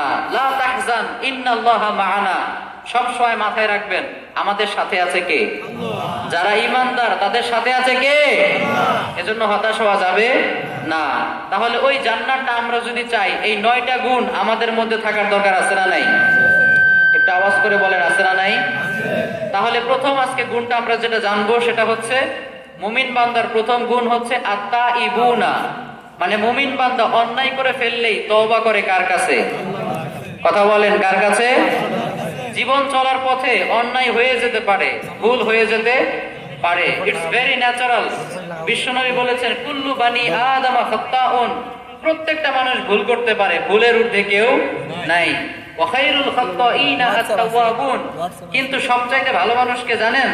সবচাইতে ভালো মানুষ তো সেই যে ভুল করার পরেই আল্লাহর কাছে তওবা করে। সুবহানাল্লাহ পড়েন। আল্লাহ বলেছেন তুবু ইলাল্লাহি তাওবাতান নাসুহা, আল্লাহর কাছে তোমরা তওবার মতো তওবা করো, আল্লাহ তোমাদের জীবনে সব গুনাহ মাফ করে দিবেন। সুবহানাল্লাহ পড়েন। কিন্তু এক প্রকার গুনাহ ছাড়া। কয় প্রকার? সবাই বলেন, কয় প্রকার? ওই এক প্রকার হচ্ছে বান্দার হক সংশ্লিষ্ট কোনো গুনাহ যদি আপনার থাকে, ওই গুনাহ আল্লাহ মাফ করবে না। আপনি কাউকে থাপ্পড় দিয়েছেন, আপনি যদি বাইতুল্লাহর গিলাফ ধরেও আল্লাহর কাছে ক্ষমা চান, ওই ব্যক্তি আপনাকে ক্ষমা না করলে আপনার ক্ষমা হবে না। আপনি মিথ্যা সাক্ষী দিয়ে একজনকে জেলের মধ্যে ঢুকিয়েছেন, ওই ব্যক্তি যতদিন না আপনাকে ক্ষমা করবে, বাইতুল্লাহর কাবার গিলাফ ধরে ক্ষমা চাইলেও আল্লাহ ক্ষমা করবে। বিনা অপরাধে আয়না ঘরে ঢুকিয়ে রেখেছেন, ওই ব্যক্তি ক্ষমা না করলে আপনার আল্লাহ ক্ষমা করবে না। আপনার ক্ষমা নাই। আপনি যাদের যাদের সাথে জীবনে অন্যায় করেছেন, দুনিয়াতে থাকতেই তাদের কাছে মাফ নিয়ে নিবেন, কারণ পরকালে কেউ কাউকে মাফ করবে না। আপনি একজনকে গালি দিয়েছেন, কাল কিয়ামতের দিন আপনার সওয়াব থেকে কেটে তার আমল নামে আল্লাহ ঢুকিয়ে দিবেন। আপনি একজনকে থাপ্পড় দিয়েছেন, একজনকে ধোকা দিয়েছেন, একজনের উপর জুলুম করেছেন, আপনার আমল নামাগুলো একটু একটু করে কেটে কেটে আল্লাহ তার আমল নামায় ঢুকিয়ে দিবেন। শেষমেশ যখন আপনার আর কোনো আমলই থাকবে না, তখন আল্লাহ কি করবেন জানেন? যাদের সাথে আপনি অন্যায় করেছেন তাদের গুনাহগুলো আপনার আমল নামায় চাপিয়ে দিবেন। নাউজুবিল্লাহ পড়বেন না? কুল ইন্নাল খাসিরিনা আল্লাযীনা খাসিরু আনফুসাহুম, কিয়ামতের দিন যেই ব্যক্তিরা ক্ষতিগ্রস্ত হবে, এর চাইতে বড় ক্ষতিগ্রস্ত কেউ হতে পারে? দুনিয়াতে ব্যবসায় লস করলে আবার জেতার সম্ভাবনা আছে না নাই? আপনি একটা ক্ষমতা হারিয়েছেন, আবার পাওয়ার সম্ভাবনা আছে না নাই? কিন্তু কাল কিয়ামতের দিন আপনি যদি একবার লস হয়ে যায়, আপনি হেরে যান, আর নতুন করে জিতার কোনো সুযোগ নাই। বারবার আল্লাহকে বলবেন রব্বির জিউন রব্বির জিউন লাআল্লি আ'মালা সালিহান ফীমা তারাকত। আল্লাহ একবার চান্স দাও। চান্স কয়টা? কথা বলে না, চান্স কয়টা? পরীক্ষার হলে যখন নকল করতে লাগে বা কেউ কারোটা দেখতে লাগে, টিচার যখন খাতা কেড়ে নেয়, স্যার একটা, স্যার একটা চান্স। কয়টা চান্স? একটা চান্স। কিন্তু স্যার ওই খাতাটা ফেরত দেয় না, কেন বলেন তো? কারণ স্যারও ভালো জানে কুকুরের লেজ কোনোদিন সোজা হয় না। ওকে যদি একবার ছেড়ে দেই, এর পরের বারও ঠিকই চুরি করবে, ঠিকই অন্যেরটা নকল করে লিখবে, কিন্তু আমাকে বুঝতে দিবে না। তলে তলে করবে, ঠিক কিনা? তো আমরা কিয়ামতের দিন, আল্লাহ না করুক, যারা জাহান্নামে যাবে তারা বলবে রব্বির জিউন, আল্লাহ একটা চান্স। কয়টা চান্স? একটা চান্স দাও, এবার দুনিয়ায় গিয়ে ভালো হয়ে যাব, আর কারো উপর জুলুম করব না। আল্লাহ বলবেন কাল্লা ইন্নাহা কালিমাতুন কাইলুহা, এটা তো একটা কথার কথা মাত্র, এটা কথার কথা মাত্র। তোমাকে আমি সৃষ্টি করি, তোমাকে আমি চিনি না? আমি তোমাকে সৃষ্টি করেছি, তোমার প্রত্যেকটা রগে রগে কি আছে আমি আল্লাহ ভালো করে জানি, ঠিক কিনা? তাহলে দুনিয়াতে থাকলে আমরা যেন পাপগুলো মাফ করে নেই, পারা যাবে ইনশাআল্লাহ। আর এই জিনিসটা সবসময় মাথায় রাখবেন ভাই, কখনো অন্যের হক সংশ্লিষ্ট করে অন্যায় করবেন না। পারতপক্ষে নিজে মাজলুম হবেন, কিন্তু অন্যের উপর জুলুম করবেন না। বিশ্বনবী বলেছেন ইত্তাকু দাওয়াতাল মাজলুম, ও আমার উম্মতেরা তোমরা মাজলুমের বদদুয়া থেকে বাঁচো, যদিও সে কাফের হয়। কি হয়? কথা বলেন না, কি হয়? একটা হিন্দুর উপরেও যদি আপনি জুলুম করেন আর সেই ব্যক্তি যদি আল্লাহর কাছে আপনার নামে বদদুয়া করে, আল্লাহ মুহূর্তে সেই বদদুয়া কবুল করে নেবে। আপনি আলহাজ, আপনি তাহাজ্জুদ পড়েন, আপনার রেহাই নাই। একটা হিন্দুকেও জুলুম করার অধিকার আল্লাহ আপনাকে দেয় নাই। একটা মজার ঘটনা আপনাদেরকে শোনাই। এই চলে যায় কেন সবাই? একটু বসো বসো, সবাই বসো, শেষ পর্যন্ত থাকবো ইনশাআল্লাহ। তাকবীর দেন তো, লিল্লাহি তাকবীর, লিল্লাহি তাকবীর, লিল্লাহি তাকবীর। আল কোরআনের আলো, আল হাদিসের আলো, আমার নেতা তোমার নেতা। আল্লাহু আকবার। এবার আমরা মনোযোগ দিয়ে কথা শুনবো ইনশাআল্লাহ। একবার একটা লোক আপনার নদীতে মাছ ধরছিল। কি ধরছিল? মাছ ধরছিল। এলাকার কিছু পাতি নেতা আছে না, খালি ক্ষমতার দাপট দেখায়।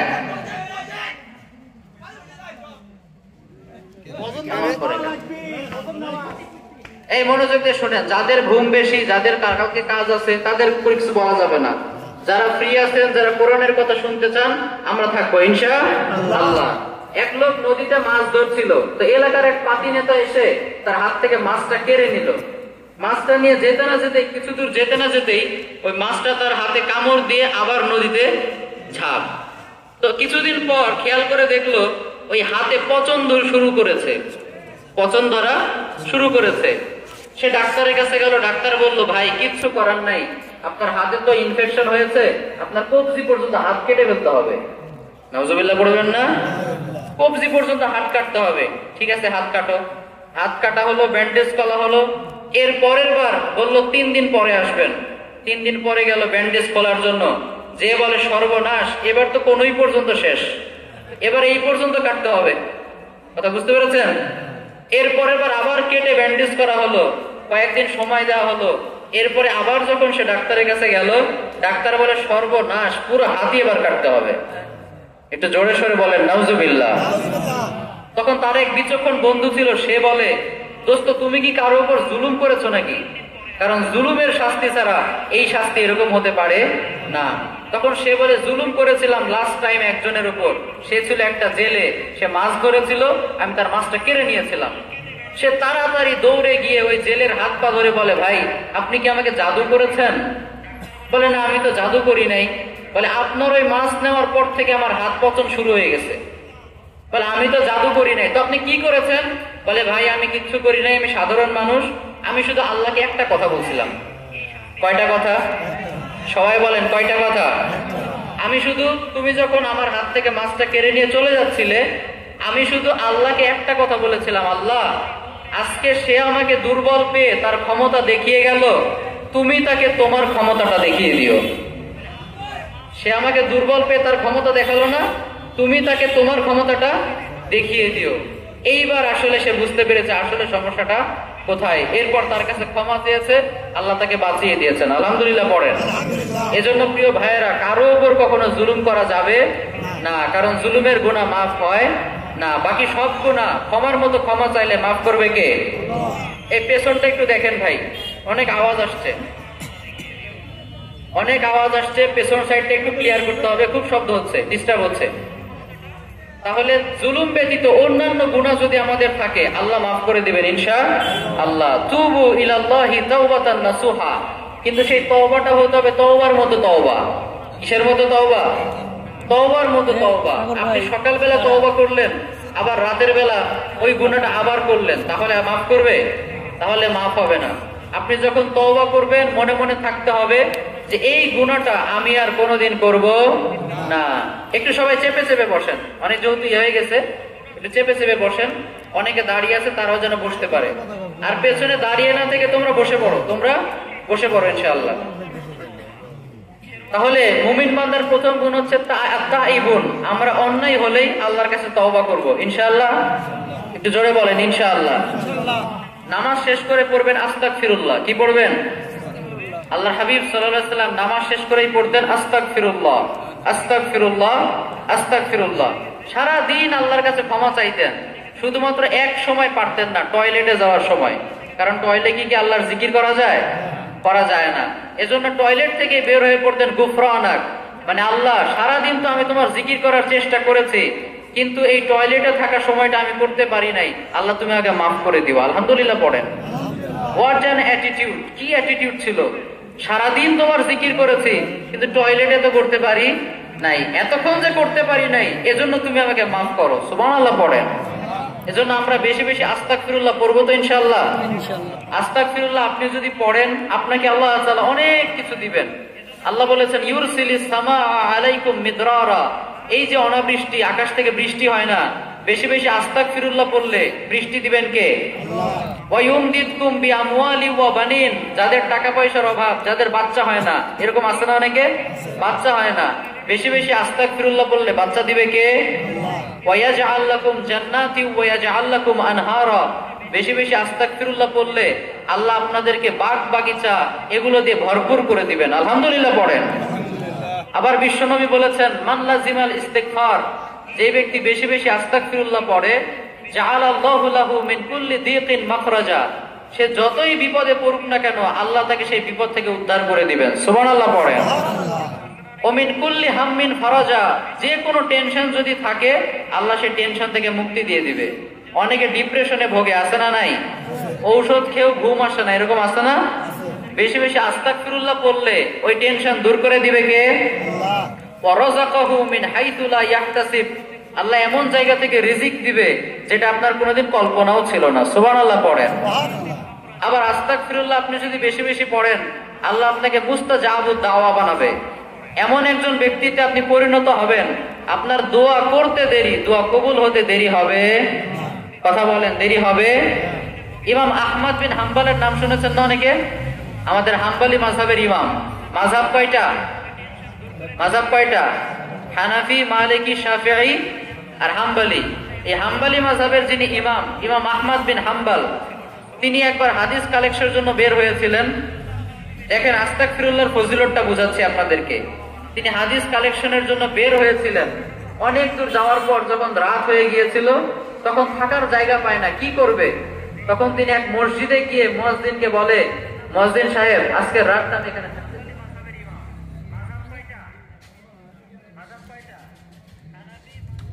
তো তিনি হাদিস কালেকশন করতে গিয়ে একজন মুয়াজ্জিনকে বলছে যে আজকের রাতটা আমি থাকতে চাই, আমাকে থাকতে দিবা? তখন তিনি বলে না, থাকা যাবে না। উনি তো আর আমাদের মতো না, আমরা হলে হয়তো বলতাম এই মেয়ে আমারে চিনো, আমি তো ভাইরাল বক্তা, এরকম বলেন অনেকে। তো উনি ওই জামানার সবচেয়ে বড় মুহাদ্দিস, উনি একবারও বললেন না আমাকে চিনো, আমি এই যুগের শ্রেষ্ঠ মুহাদ্দিস, কিচ্ছু বললেন না, চুপচাপ সেখান থেকে চলে গেলেন। কিছু দূর যাওয়ার পর এক যুবককে সে পেল। সেই যুবককে বললো, যুবক আজকে রাতটা যদি আমি তোমার এখানে থাকি তুমি কি মন খারাপ করবে? বলে না, আপনি থাকতে পারেন, কোনো সমস্যা নাই। তখন ইমাম আহমদ বিন হাম্বল খেয়াল করলেন ওই যুবক যতক্ষণ রুটি খামির করে, রুটি বানায়, ততক্ষণ ওই যুবক পড়ে আস্তাগফিরুল্লাহ। কি পড়ে? সবাই বলেন না, কি পড়ে? আস্তাগফিরুল্লাহ। তখন ইমাম আহমদ বিন হাম্বল বললেন, মা লাকা ইয়া শাব, এই তোমার কি ব্যাপার, তুমি সবসময় শুধু আস্তাগফিরুল্লাহ পড়ো কেন? তখন ওই ব্যক্তিটা বলল, এই আস্তাগফিরুল্লাহ বেশি বেশি পড়ার কারণে আল্লাহ আমাকে মুস্তাজাবুদ দাওয়া বানিয়ে দিয়েছেন। সুবহানাল্লাহ পড়েন। তার মানে আমি জীবনে যত দোয়া করেছি সব দোয়া কবুল করেছে কে? আল্লাহ। ইমাম আহমদ বিন হাম্বল বললেন, তোমার সব দোয়া আল্লাহ কবুল করেছে? তখন সে বলে, হ্যাঁ আল্লাহ সব দোয়া কবুল করেছে একটা ছাড়া। কয়টা ছাড়া? একটা ছাড়া। তখন ইমাম আহমদ বিন হাম্বল বললেন, সেই দোয়াটা কি আমাকে বলো। তখন ওই যুবকটা বলে যে এই জীবনে একটা দোয়াই শুধু আমার কবুল হয় নাই, সেই দোয়াটা হচ্ছে আল্লাহকে আমি বারবার বলেছি, আল্লাহ এই যুগের শ্রেষ্ঠ মুহাদ্দিস ইমাম আহমদ বিন হাম্বল, তার সাথে সাক্ষাৎ না করে তুমি আমার মৃত্যু দিও না। আমি তার সাথে জীবনে একবার হলেও সাক্ষাৎ করতে চাই, তার কপালে আমি একটা চুমু এঁকে দিতে চাই। সুবহানাল্লাহ পড়েন। ইমাম আহমদ বিন হাম্বল এই কথা শুনে অশ্রু বিসর্জন দিয়ে ফেললেন, কাঁদতে লাগলেন। ওই যুবক বলে, কি ব্যাপার, আপনি কাঁদছেন কেন? তখন ইমাম আহমদ বিন হাম্বল বলে, যুবক, আল্লাহ তোমার এই দোয়াটাও কবুল করে নিয়েছে, এই দোয়াটাও কবুল করে নিয়েছে। এতক্ষণ বুঝতে পারছিলাম না কি ব্যাপার, কেউ কেন আমাকে থাকার জায়গা দেয় না, যেখানেই যাই সেখান থেকে আমাকে তাড়িয়ে দেয়, যেখানেই যাই সেখান থেকেই তাড়িয়ে দেয়। এখন আমি বুঝতে পারলাম আসলে আল্লাহ আমাকে নিজে তেরে তেরে তোমার পর্যন্ত এনে দিয়েছেন। সুবহানাল্লাহ পড়েন। তোমাকে কষ্ট করে আমার কাছে আসতে হবে না, আল্লাহ ইমাম আহমদ বিন হাম্বলকেই তোমার সামনে এনেছেন। আলহামদুলিল্লাহ। তাহলে আমরা বেশি বেশি আস্তাগফিরুল্লাহ পড়বো তো ইনশাআল্লাহ। তাহলে মুমিন বান্দার প্রথম গুণ হচ্ছে আত-তাইবুনা, অন্যায় করে ফেললেই, ভুল করে ফেললেই তওবা করে কার কাছে? আর একটু জোরে বলেন, কার কাছে? দুই নম্বর গুণ হচ্ছে আল-আবিদুনা, মানে মুমিন বান্দারা তওবা করে কার? কথা বলেন, মুমিন বান্দারা তওবা করে কার? আল্লাহর তওবা করে। কারণ আল্লাহ তাআলা আল্লাহর ইবাদত করে, কারণ আমাদেরকে ইবাদতের জন্য সৃষ্টি করেছেন কে? আল্লাহ। আল্লাহ রাব্বুল আলামিন সূরা যারিয়াতের 56 নম্বর আয়াতে বলেছেন, ওমা খালাকতুল জিন্না ওয়াল ইনসা ইল্লা লিয়াবুদুন। আল্লাহ বলেছেন, I created jinn and mankind only to worship me. আমি মানুষ এবং জিন এই দুই জাতিকে সৃষ্টি করেছি শুধুমাত্র, কেবলমাত্র, একমাত্র আমার ইবাদতের জন্য। সুবহানাল্লাহ পড়েন। এখন ওইটা ছাড়া বাকি সবগুলোই আমরা করি, কি বলেন? সৃষ্টি ইবাদতের জন্য, কিন্তু ইবাদতটাই করি না। সব কিছু করি, ইবাদতটা করি না। আচ্ছা বলেন তো, এই টুপিটাকে তৈরি করা হয়েছে কেন? এই টুপিটাকে তৈরি করা হয়েছে কেন? মাথায় দেওয়ার জন্য। কে উত্তর দিল? কে উত্তর দিল এখান থেকে? তুমি। মাশাআল্লাহ। সবাই বলেন মারহাবা। আমরা উত্তর জানি তো উত্তর দিতে ভয় পাই কেন? আমি কি মার্ক কাটবো? আমি কি পরীক্ষায় ফেল করিয়ে দিব? তো উত্তর দিবেন, উত্তর না দিলে তো হবে না। আমাদের এই টুপিটা তৈরি করা হয় কেন? মাথায় দেওয়ার জন্য। এখন এই টুপিটা কেউ যদি টুপির মধ্যে দড়ি ঢুকিয়ে গলায় ঝুলিয়ে রাখে, কেমন লাগবে? পাগল পাগল লাগবে, তাই না? এই যে হাতের ঘড়িটা দেখতে পাচ্ছেন, এটা তৈরি করা হয়েছে হাতে পরার জন্য, ঠিক কিনা? এখন কেউ যদি এটা গলায় পড়ে, কেউ যদি এটা পায়ে পড়ে, কেমন লাগবে? পাগল পাগল লাগবে। তাহলে আমাদেরকে সৃষ্টি করেছেন আল্লাহ তাআলা ইবাদতের জন্য। এখন ওইটা বাদে বাকি সবই যদি আমরা করি আর ওইটাই না করি, আমাদেরকেও কেমন লাগবে? ওইরকম পাগল পাগল লাগবে না? ফেরেশতারা দেখে আমাদেরকে পাগল বলে, এ পাগল, দুনিয়ায় কয়েকদিনের জন্য তোকে পাঠানো হয়েছে, তোকে ইবাদত করার জন্য পাঠানো হয়েছে, আর তুই ওইটাই করিস না, বাকি সব করিস, তোর ধ্বংস হোক, ঠিক কিনা? এজন্য মুমিন বান্দার দ্বিতীয় গুণ হচ্ছে আল আবিদুন। মুমিন বান্দা ইবাদত করে কার? আল্লাহর। ইবাদত মানে কিন্তু শুধু নামাজ, রোজা, হজ, যাকাত এগুলোই না। ইবাদত অনেক বড় একটা ব্যাপার।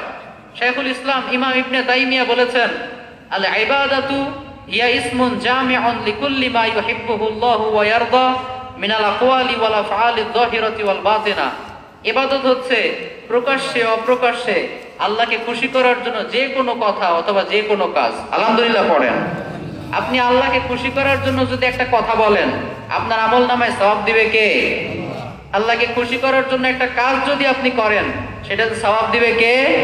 আল্লাহ সওয়াব দিবেন। ইমাতাতুল আযা আনিত তরিকে সাদাকা। এই যে আপনি এখন মাহফিল শেষে বাড়িতে ফিরবেন, বাড়িতে ফেরার সময় যদি দেখেন একটা ইট পড়ে আছে, কি পড়ে আছে? ওই ইটটাকে যদি আপনি আল্লাহর খুশির জন্য সরিয়ে দেন, আপনার আমল নামায় সওয়াব দিবে কে? আচ্ছা বলেন তো ভাই, রাস্তায় একটা ইট সরানো খুব কঠিন কাজ, খুব কঠিন কাজ। ওই ইটটা সরালেই আপনাকে সওয়াব দিবে কে? কিন্তু এই সওয়াবটা পাওয়ার জন্য তো গোসল করা লাগবে নাকি? কথা বোঝেন? রাস্তা দিয়ে হাঁটছেন, ইট পড়ে আছে, সরালেই সওয়াব, কোনো দ্বিমত নাই। কিন্তু সওয়াবটা পাওয়ার জন্য গোসল করা লাগবে না, ওযু করা লাগবে না, টুপি তো লাগবেই। আরে ভাই লাগবে তো। টুপি না থাকলেও সওয়াব দিবেন, টুপি না থাকলেও আল্লাহ সওয়াব দিবেন। আলহামদুলিল্লাহ। আপনি হাঁটছেন, যে অবস্থাতে আছেন, যেইভাবে আছেন, আপনি যদি শুধু আল্লাহকে খুশি করার জন্য করেন, আল্লাহ আমি এই যে ইটটা তোমাকে খুশি করার জন্য সরিয়ে দিলাম, সাথে সাথে আপনার আমল নামায় সওয়াব দিবে কে? একটা মুমিন ছিল, একটা সাহাবী ছিল, তিনি একটা গাছকে একবার রাস্তা থেকে সরিয়ে দিয়েছিলেন। কারণ ওই রাস্তা দিয়ে লোকজন নামাজে যায়। কোথায় যায়? নামাজে যায়, বাজার ঘাটে যায়। তো অন্যান্য মুমিনদের কষ্ট হচ্ছিল, মুসলমানদের কষ্ট হচ্ছিল। সে ওই মুসলমানদের কষ্টটা লাঘব করার জন্য ওই গাছটা রাস্তা থেকে সরিয়ে দিয়েছিলেন। আল্লাহর হাবিব বললেন ওই আমলটার কারণে খুশি হয়ে আল্লাহ তার জন্য জান্নাতকে ওয়াজিব করে দিয়েছেন। আমার বান্দার কষ্ট তুই লাঘব করলি, যা জাহান্নামের কষ্ট আমি তোর লাঘব করে দিলাম। সুবহানাল্লাহ পড়েন। এজন্য আজকে থেকে রাস্তায় যদি কোনো কষ্টদায়ক বস্তু দেখি সরিয়ে ফেলা যাবে তো ইনশাআল্লাহ? আরো জোরে বলেন ইনশাআল্লাহ। এছাড়াও আরেকটা ইবাদত হচ্ছে খাদ্যদান। কি দান? মনে মনে ভাবতেছে এইবার হুজুর লাইনে আসছে খাওয়ার, নিজের মানে কাজটা আগেই করে ফেলতেছে। না ভাই, অলরেডি আমার খাওয়া হয়ে গেছে, আর নতুন করে খাওয়া লাগবে না। খাওয়ার ওয়াজ করলেই তো হুজুররা অনেকে মনে করে হুজুর নিজে খাওয়ার জন্য ওয়াজ করতেছে। না, আমি নিজের জন্য বলছি না, খাওয়াবেন তাকে যার খাদ্যের প্রয়োজন। ঠিক কিনা বলেন? আমাদের যে অনুষ্ঠানগুলো হয় বেশিরভাগ সময় দাওয়াত আমরা কাদেরকে দেই বলেন তো? এমন ব্যক্তিদেরকে দাওয়াত দেই, এমন ব্যক্তিদেরকে দাওয়াত দিয়ে খাওয়াই যারা নিজেরাই হাজার হাজার মানুষকে খাওয়াতে পারে। ঠিক কিনা? যাদেরকে সারা জীবনেও কেউ যদি দাওয়াত না দেয় তাও কোনো কিছু যায় আসবে না। অথচ দাওয়াত দেওয়া দরকার ছিল গরিবদের, মিসকিনদের। ঠিক কিনা? কিন্তু ওদেরকে আমরা দাওয়াত দেই না। ওরা পাসপোর্ট ভিসা ছাড়াই আমাদের অনুষ্ঠানে চলে আসে। ওই শেষের দিকে যেই ঝুটাগুলো থাকে ওগুলো তারা খায়। এটা ঠিক না। আপনি তাকে আগে খাওয়াবেন যার দরকার, তাই না? তাকে আগে খাওয়াতে হবে। আরেকটা কথা মাথায় রাখবেন, আপনি যদি নিজের পেটের ক্ষুধা অনুভব করতে পারেন বুঝতে পারবেন আপনি বেঁচে আছেন। কথা বলেন। আপনি যদি নিজের পেটের ক্ষুধা অনুভব করতে পারেন বুঝতে পারবেন আপনি বেঁচে আছেন। আর আপনি যদি অন্যের পেটের ক্ষুধা অনুভব করতে পারেন বুঝতে পারবেন আপনার মনুষ্যত্ব বেঁচে আছে। ঠিক কিনা? আচ্ছা, মানুষের পেটে জন্মালে কি মানুষ হওয়া যায়? কথা বলে না, হওয়া যায়? মানুষের মতো দেখতে হলে কি মানুষ হওয়া যায়? মানুষ হওয়া যায় না। মানুষের পেট থেকে বেরোলেই মানুষ হয় না, ওটাকে মানুষ বানাতে হয়। ঠিক কিনা? ছাগলের পেট থেকে বেরোলেই ছাগল হয়ে যায়, আবার হাঁসের পেট থেকে বেরোলেই হাঁস হয়ে যায়, গরুর পেট থেকে বেরোলেই। কিন্তু মানুষের পেট থেকে বেরোলে ওটা মানুষ হয়, ওটাকে মানুষ বানাতে হয় না। এজন্য গরুর বাচ্চাকে কেউ বলে তুই গরুর মতো গরু হ, বলে? ছাগলের বাচ্চাকে কেউ কোনোদিন বলে তুই ছাগলের মতো ছাগল হ? কিন্তু মানুষকে বলে তুই মানুষের মতো। তাহলে মানুষ হওয়া খুব কঠিন। আপনি অন্যের পেটের ক্ষুধা যদি অনুভব করতে পারেন, সে আপনার ভাই, সে না খেয়ে আছে, বুঝতে হবে আপনার মনুষ্যত্বটা বেঁচে আছে। এজন্য আমরা খাওয়াবো ইনশাআল্লাহ। বানি ইসরায়েল একটা প্রস্টিটিউট ছিল, দেহ ব্যবসায়ী মহিলা। কি এটা? দেহ ব্যবসায়ী মহিলা, দেহ ব্যবসা করে খেত। সেই মহিলাটা একবার মরুভূমির পাশ দিয়ে যাচ্ছিল। ইন দ্য মিন টাইম খেয়াল করে দেখলো এক কর্নারে একটা কুকুর পিপাসায় কাতরাচ্ছে। তার মনে কষ্ট লাগলো, কারণ মানুষ যতই খারাপ হোক প্রত্যেকের মধ্যেই ভালো কিছু আছে না নাই? সবার মধ্যেই ভালো কিছু আছে। তো তার কষ্ট লাগলো, সে পাশের কূপ থেকে পানি তুলে ওই কুকুরটাকে খাওয়ালো। আল্লাহর হাবিব বললেন ওই কুকুরটাকে পানি পান করানোর কারণে আল্লাহ তাআলা ওই দেহ ব্যবসায়ী মহিলাকেও জান্নাত দিয়ে দিয়েছেন। তুই আমার বান্দাকে, মানে আমার সৃষ্টিকে, কুকুরকে তুই পানি খাওয়ালি, আল্লাহ বলে আমি তোকে জান্নাতের শারাবান তহুরা খাওয়াবো। সুবহানাল্লাহ। তাহলে একটা দেহ ব্যবসায়ী মহিলা, সে আমাদের চাইতে খারাপ না ভালো? স্বাভাবিকভাবে আমাদের চাইতে খারাপ না? একটা দেহ ব্যবসায়ী মহিলা আমাদের চাইতে খারাপ। আবার যাকে পান করিয়েছিল কুকুরকে, সে কি মানুষের চাইতে ভালো না খারাপ? তাহলে আমাদের চাইতে খারাপ মানুষ, আমাদের চাইতে খারাপ সৃষ্টি কুকুরকে পানি খাইয়ে যদি জান্নাতে যেতে পারে, আমরা তো আশরাফুল মাখলুকাত।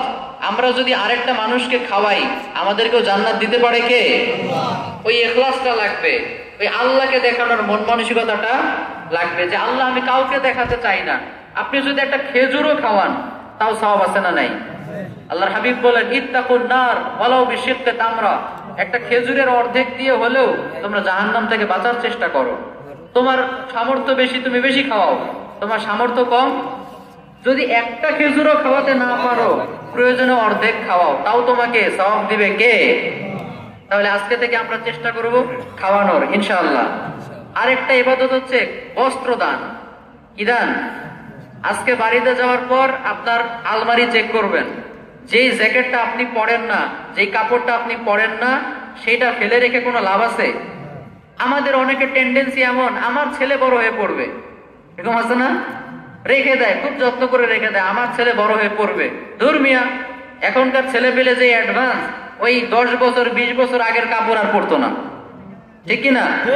শুধু শুধু আপনি আলমারির মধ্যে ফেলে রেখেছেন, কিন্তু ওইটা আপনার কাছে কোনো দাম নাই, ভ্যালুলেস। কিন্তু আপনি যদি একটা গরিব মানুষকে ওটা দান করেন, ওটাই তার কাছে 7 রাজার ধন, ঠিক কিনা? আমাদের দেখবেন 10টা 12টা জ্যাকেট কালেকশনে আছে, অনেক জ্যাকেট আছে 5 বছরেও আমরা একবার পরি না, ফেলে রেখেছি। কিন্তু ওই জ্যাকেটটাই আপনি একটা গরিবের হাতে তুলে দেন, দেখবেন ও যে দোয়াটা করবে ভাই, ওই দোয়াটা আপনি অন্য সময় কিনতে পারবেন না, মন থেকে দোয়া করবে। কারণ এই শীতের সময় জ্যাকেটের দরকার আছে না নাই? এজন্য এই বস্ত্র দান অনেক বড় ইবাদত, আমরা যেন করতে পারি, আল্লাহ তৌফিক দান করুক। আমরা সবাই পড়ি আমিন। সর্বশেষ আরেকটা ইবাদতের কথা বলি, সেই ইবাদতটা হচ্ছে মুস্কি হাসি দেওয়া। কি দেওয়া? আপনারা হাসেন তো নাকি? নাকি মুখটা সবসময় পেঁচার মতো করে রাখেন? হ্যাঁ, অনেকে আছে দেখবেন মুখটা সবসময় পেঁচার মতো করে রাখে, আছে না নাই? হাসতে জানে না, কি যে দুঃখ, কি যে কষ্ট, জীবনে কয়বার যে ছেঁকা খাইছে আল্লাহ আর ওরও ভালো জানে, ও আর ওর আল্লাহ ভালো জানে। ইয়াং ছেলে পেলে কিরে এত কষ্ট কিসের, এত দুঃখ কিসের, বয়স কেবলে 20, মুখটা সবসময় ভার হয়ে থাকে, এরকম আছে না? বাকি জীবন কি করবে? এজন্য এরকম হওয়া যাবে না। আল্লাহ হাবিব সাল্লাল্লাহু আলাইহি ওয়াসাল্লাম সবসময় হাস্যোজ্জ্বল থাকতেন। সাহাবী আব্দুল্লাহ ইবনে হারিস বলেন, মা রাআইতু আহাদান আকসারা তাবাসসুমান মিন রাসূলিল্লাহ, আমি আল্লাহর হাবিবের চাইতে হাস্যোজ্জ্বল কোন ব্যক্তিকে আর দ্বিতীয়টা দেখি নাই। সুবহানাল্লাহ পড়েন। আচ্ছা বলেন তো, আমাদের কষ্ট আল্লাহর রাসূলের চাইতে কম না বেশি? কম না বেশি? অনেক কম না? আল্লাহর হাবিব আমাদের চাইতে কি কম কষ্টে ছিলেন না বেশি কষ্টে ছিলেন? জন্মের আগে তিনি বাবাকে হারিয়েছেন। আপনাদের বাবা নাই, কার কার থেকে হাত তোলেন? আচ্ছা কয়েকজন। বাবাকে দেখেন নাই? কে কে দেখি? বাবাকে দেখেনই নাই, জন্মের আগে মারা গেছে, কেউ আছেন? একজনও নাই। অথচ আল্লাহর হাবিব সাল্লাল্লাহু আলাইহি ওয়াসাল্লাম জন্মের আগে কি বাবাকে হারিয়েছেন, 6 বছর বয়সে মাকে হারিয়েছেন। এইভাবে হারানোর তো কোনো শেষ নাই। শেষমেশ নিজের এলাকার লোকজন তাকে অত্যাচার করে অন্য দেশে যেতে বাধ্য করেছে, ঠিক কিনা? কিন্তু এরপরে আল্লাহর হাবিব সাল্লাল্লাহু আলাইহি ওয়াসাল্লাম কখনো মুখটা ভার করে রাখতেন না, সবসময় হাসি খুশি থাকতেন। এজন্য আমরাও হাসি খুশি থাকবো ইনশাআল্লাহ। কই দেখি একটু হাসেন তো সবাই, একটু হাসি দেন দেখি। আর কোনোদিন আসবো কিনা জানি না, একটু হাসি দিয়ে যায়। দেখছেন ভালো লাগতেছে না? ভালো লাগতেছে? মেডিকেল সায়েন্সের পরিভাষায় বলা হয় laughter is the best medicine. হাসি খুশি থাকার চাইতে বড় কোনো মেডিসিন পৃথিবীতে হতে পারে না। আপনি যদি সুস্থও থাকেন কিন্তু মুখটা ভার করে রাখেন, দেখবেন কেমন যেন মেশমেশ করে, কেমন যেন অসুস্থ অসুস্থ লাগে, তাই না? কিন্তু আপনি অসুস্থ, আপনি যদি একটু হাসি খুশি থাকেন, দেখবেন মনটা ফুর্তিতে ভরে যায়, ফুরফুরে লাগে, ঠিক কিনা? এজন্য আমরা কখনো মুখ বেজার করে রাখবো না, আজকে থেকে আমরা হাসি খুশি থাকবো ইনশাআল্লাহ। তাবাসসুমুকা ফি ওয়াজহি আখিকা সাদাকা, your smile to your brother it's a charity. আল্লাহর হাবিব বললেন, তোমার ভাইয়ের দিকে তাকিয়ে তুমি যে মুস্কি হাসি দাও, এটা সাধারণ কোনো কাজ না, এর বিনিময়েও আল্লাহ তোমাকে সওয়াব দিয়ে দেয়। সুবহানাল্লাহ পড়েন। এজন্য আজকে থেকে হাসি খুশি থাকবো ইনশাআল্লাহ। তাহলে প্রথম গেল আত-তাইবুন, আমরা অন্যায় করলে তওবা করব কার কাছে? 2 নাম্বার আল আবিদুন, আমরা ইবাদত করব শুধু কার? বলেন না কার? 3 নাম্বার হচ্ছে আল হামিদুন, সুখে দুঃখে প্রশংসা করব কার? যে অবস্থাতে আছি করবো আলহামদুলিল্লাহ। কি পড়বো? আলহামদুলিল্লাহ। কারণ ওই যে বললাম, দুনিয়াতে কি পেলাম আর কি পেলাম না ওটা হিসাব করার সময় আমাদের নাই। পেলে আলহামদুলিল্লাহ পড়বো, আর না পেলে ধৈর্য ধারণ করবো, না পেলে ধৈর্য ধারণ করবো ইনশাআল্লাহ। আপনি কখনো ভেবে দেখেছেন আল্লাহ আপনাকে কত কিছু দিয়েছেন? এই যে চোখ, এই যে নাক, এই যে মুখ, এই যে হাত, কোনোদিন আল্লাহর কাছে চেয়েছেন? আল্লাহর কাছে চেয়েছেন? এলাকায় কিছু লাগলে মেম্বারের কাছে চিঠি লিখতে হয় না? মেম্বার আবার চেয়ারম্যানের কাছে, এমপির কাছে, মন্ত্রীর কাছে, এইভাবে প্রধানমন্ত্রীর কাছে যায়, এরপর বিল পাস হয়। কোনদিন আল্লাহকে বলছেন আল্লাহ আমার 2টা চোখ লাগবে? অ্যাপ্লিকেশন লিখছিলেন? ঠোঁট লাগবে বলছিলেন? যাদের হাত নাই ওদের কি জ্বালা কোনোদিন ভেবে দেখেছেন? আমরা 2 হাত দিয়ে যা খুশি তাই করতে পারি, তাই না? কিন্তু ওরা করতে পারে? 2 পা দিয়ে যেখানে ইচ্ছা সেখানে যেতে পারি, ওরা পারে? আপনার R15 নাই, এজন্য আপনার মন খারাপ, কিন্তু ওই R15টা স্টার্ট দেওয়ার জন্য, চালানোর জন্য যে পা দরকার সেই পাই তো অনেকের নাই, ঠিক কিনা? হাত পায়ে ভালো জুতা নাই, এজন্য মন খারাপ, কিন্তু জুতা পরার জন্য যে পা দরকার সেই পাই তো অনেকের নাই রে ভাই। অনেকের তো সেই পাই নাই। আপনার হাতে আইফোন নাই তাই মন খারাপ, দামি কোনো মোবাইল নাই, মন খারাপ, ওই ফোন ধরার জন্য যে হাত দরকার সেই হাতই তো অনেকের নাই, ঠিক না?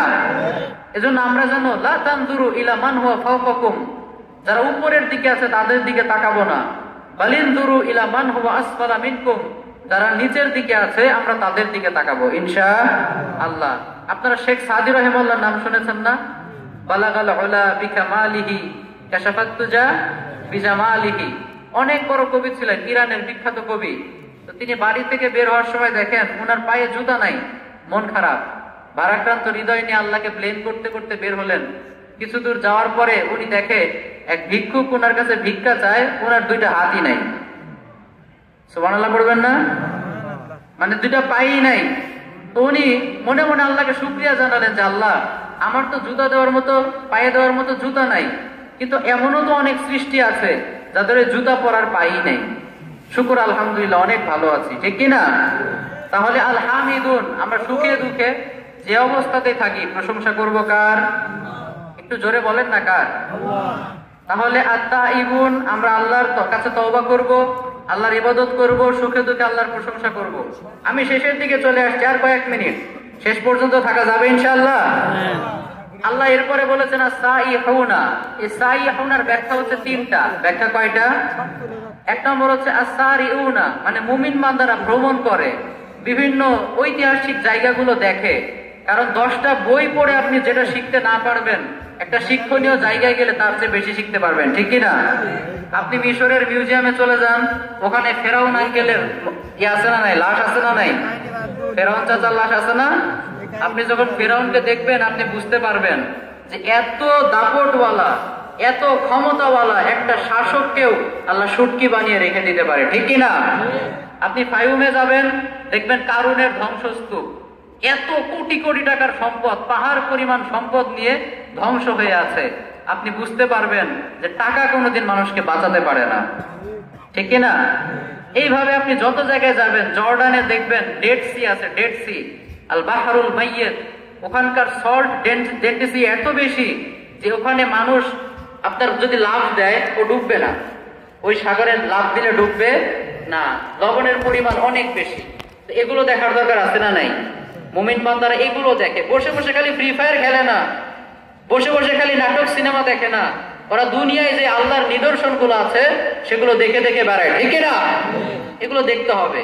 এবার সাইরুনের দ্বিতীয় ব্যাখ্যা হচ্ছে সাইমুন, তারা রোজা রাখে। আপনারা রোজা রাখেন তো নাকি? রমজান মাসে রোজা রাখেন না সবাই? রোজা রাখবেন। আল্লাহর হাবিব বলেছেন ইন্না ফিল জান্নাতি তামানিয়াতা আবওয়াব, জান্নাতের 8টা দরজা আছে, মাইয়াদখুলুহা লা ইয়াদখুলুহা ইল্লা সাইমুন, এই জান্নাতের এই রাইয়ান নামক দরজা দিয়ে শুধুমাত্র কেবলমাত্র একমাত্র জান্নাতি ব্যক্তিরা যারা সিয়াম পালন করেছিল তারাই ঢুকতে পারবে। সুবহানাল্লাহ পড়েন। আপনাদের জন্য স্পেশাল একটা গেট আছে, ভালো লাগবে না? ভালো লাগবে না? সবাই একদিক দিয়ে ঢোকে, আর আপনি যদি আরেকটা স্পেশাল গেট দিয়ে ঢোকেন, ভালো লাগবে কি লাগবে না? আমাদের জন্য আল্লাহ তাআলা স্পেশাল গেট রেখেছেন, আলহামদুলিল্লাহ পড়বেন না?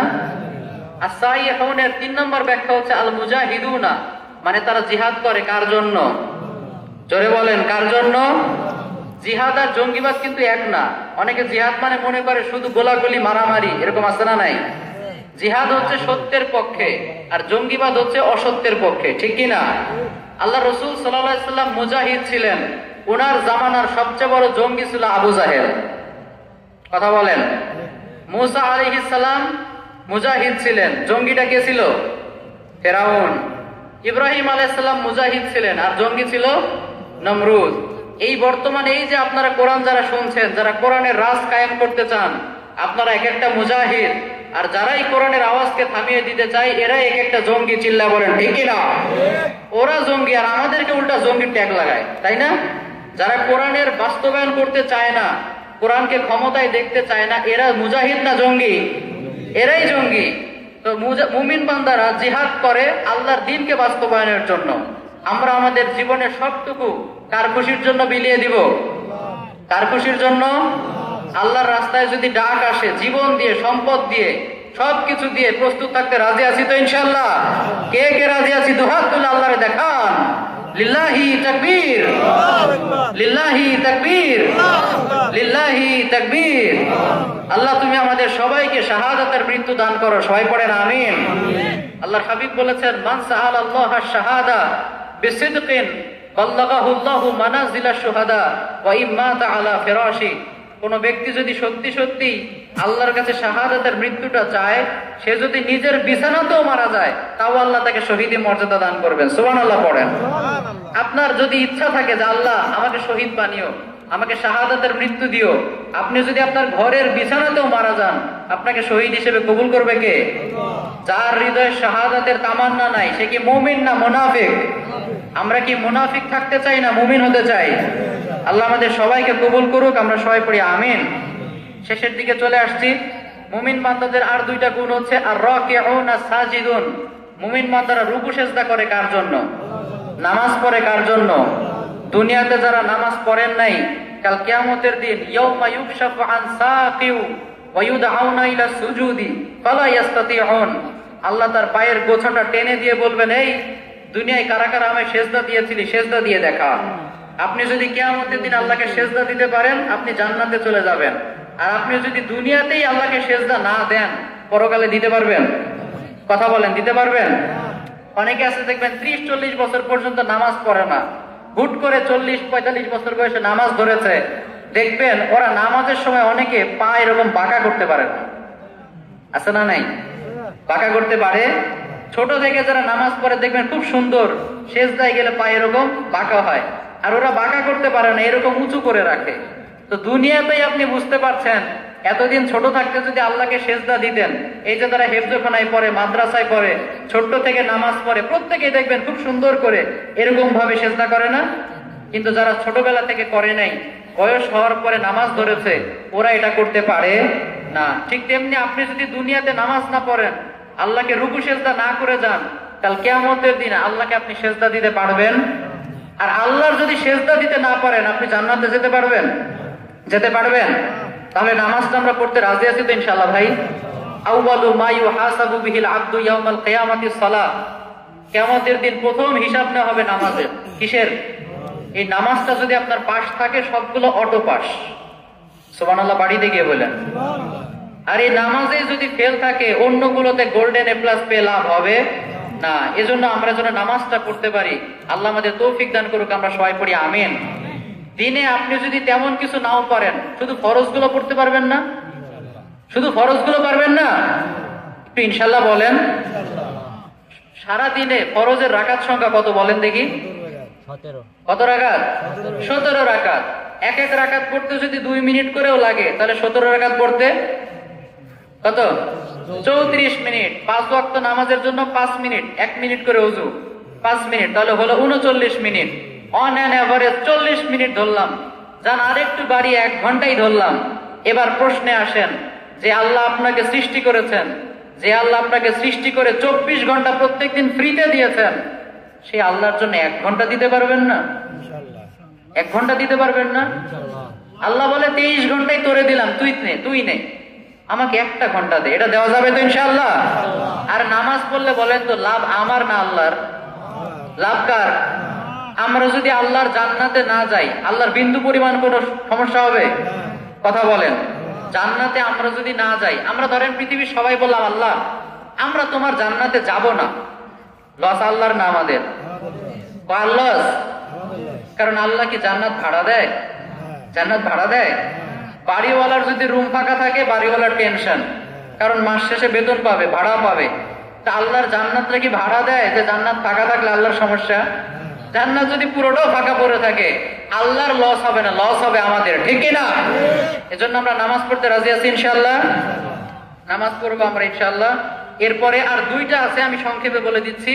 একটা হচ্ছে আল আমিরুনা বিল মারুফ ওয়ান নাহুনা আনিল মুনকার। একটা হচ্ছে ভালো কাজের আদেশ করতে হবে আর খারাপ কাজের নিষেধ করতে হবে।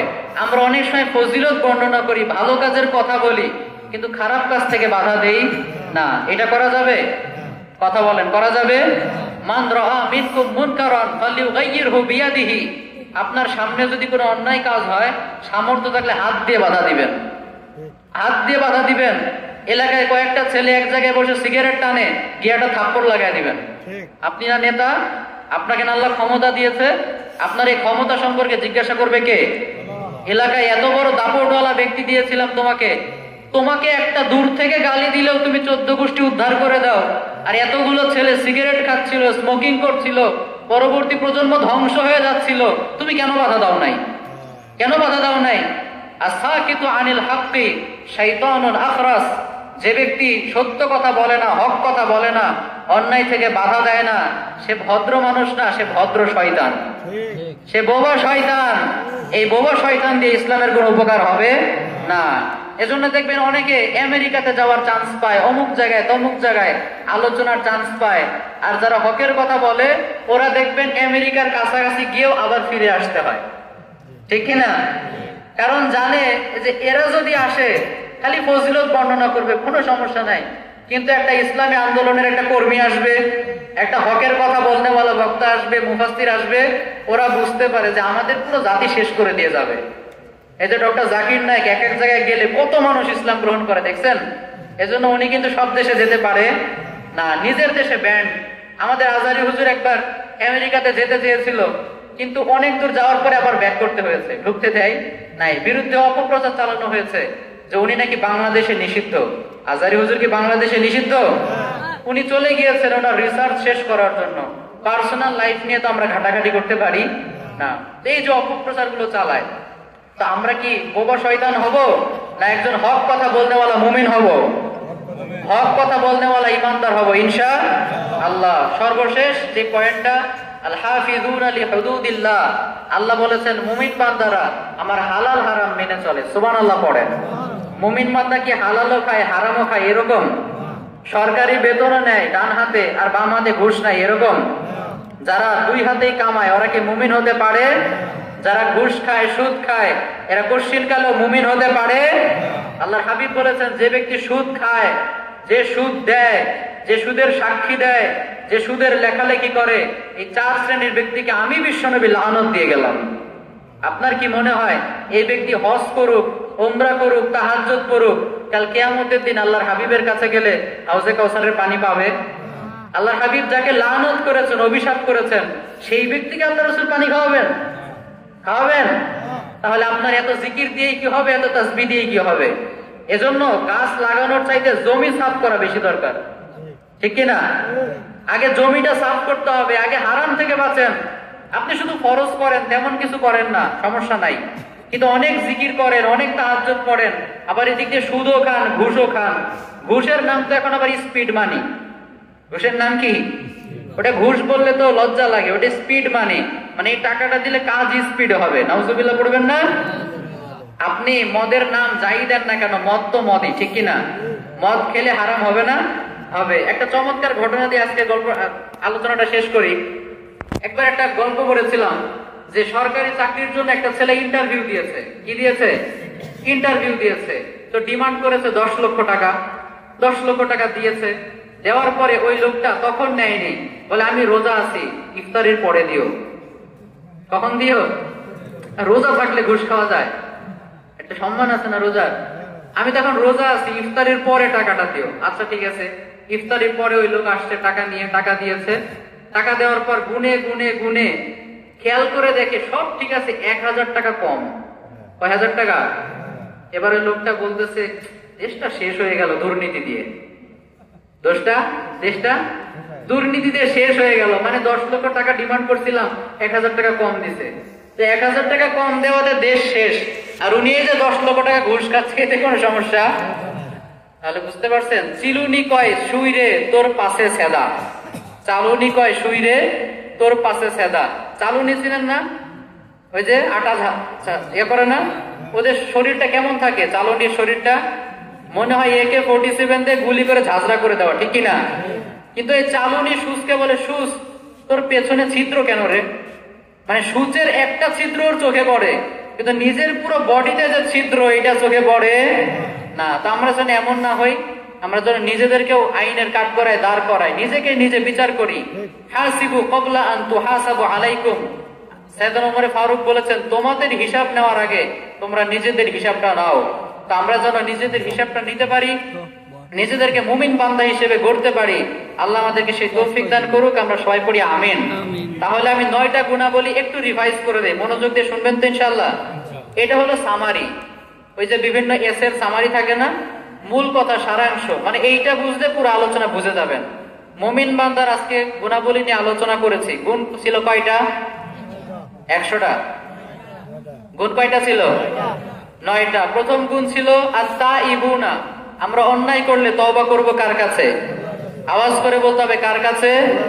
আল-আবিদুনা, মানে আমরা ইবাদত করব, মসজিদে গিয়েও সিজদা দিব, মাজারে গিয়েও সিজদা দিব, নাকি? ইবাদত চলবে শুধু কার? আল-হামিদুনা, সুখে থাকি আর দুঃখে থাকি প্রশংসা করব কার? আস-সাইহুনা, আমরা জিহাদ করব ঠিক আছে, কিন্তু ব্যক্তিগত কোনো স্বার্থে না, আমরা জিহাদ করব আল্লাহর খুশির জন্য, ঠিক কি না? আর রাকিউনা আস-সাজিদুনা, দিনের 24টা ঘন্টার মধ্যে 1টা ঘন্টা আল্লাহকে দেওয়া যাবে না ইনশাআল্লাহ। আর নামাজ পড়লে দুনিয়াতেও লাভ আছে না নাই?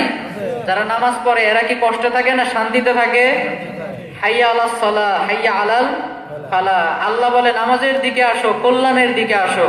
তার মানে আল্লাহ বলেছেন নামাজ পড়লেই কল্যাণ, ঠিক কি না? এজন্য আমরা নামাজ পড়বো ইনশাআল্লাহ। এরপর হচ্ছে রাকিউনা আস-সাজিদুনা আল-আমিরুনা বিল মা'রুফ ওয়ান নাহুনা আনিল মুনকার, আমরা ভালো কাজের যেমনি ভাবে আদেশ করব, খারাপ কাজেরও নিষেধ করব। সর্বশেষ ওয়াল হাফিজুনা লিহুদুদিল্লাহ, আল্লাহ যেগুলোকে হারাম করেছেন সেগুলো আমরা করব। একটু আওয়াজ করে বলেন, সুদের সাথে আমাদের কোনো সম্পর্ক? ঘুষের সাথে কোনো সম্পর্ক? সিগারেট খাওয়ার সাথে কোনো সম্পর্ক?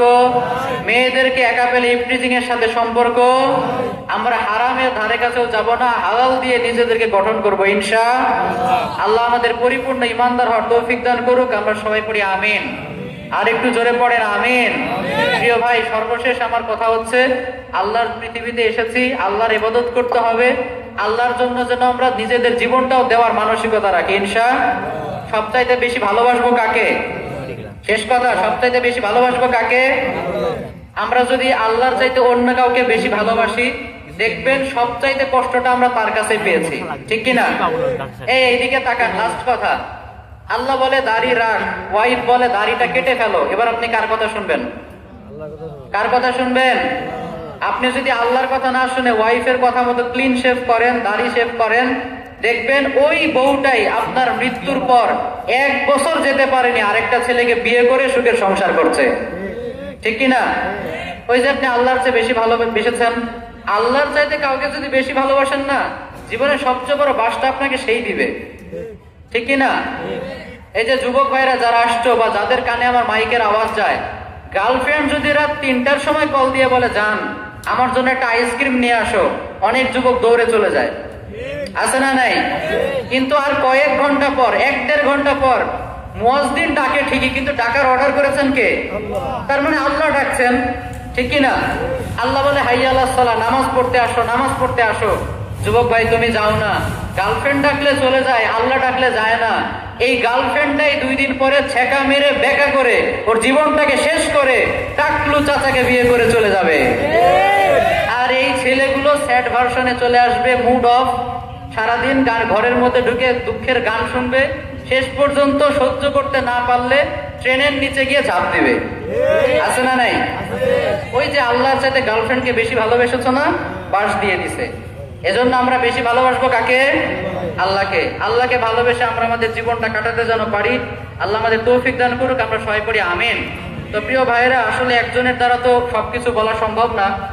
আমাদের আগে 2 জন হুজুর কথা বলেছেন, আরো বলেছেন অনেকে, আমি যতটুকু সামর্থ্য ছিল আমি বলেছি। আসলে কি আমাদের দ্বারা সম্ভব প্রত্যেকবার আপনাদেরকে শিখিয়ে শিখিয়ে যাওয়া?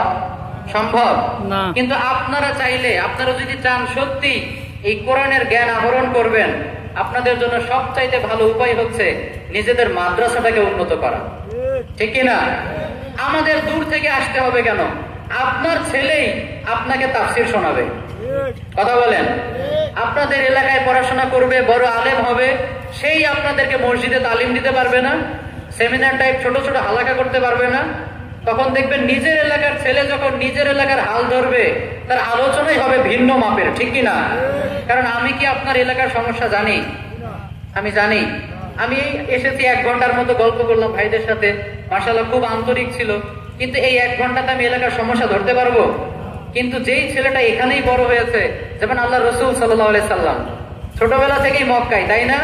নবুয়ত পাওয়ার পর উনি সবচেয়ে ভালো বুঝেছেন যে এই মক্কাবাসীকে কোন দাওয়াতটা আগে দিতে হবে, কি করে বুঝালে ওরা বুঝবে?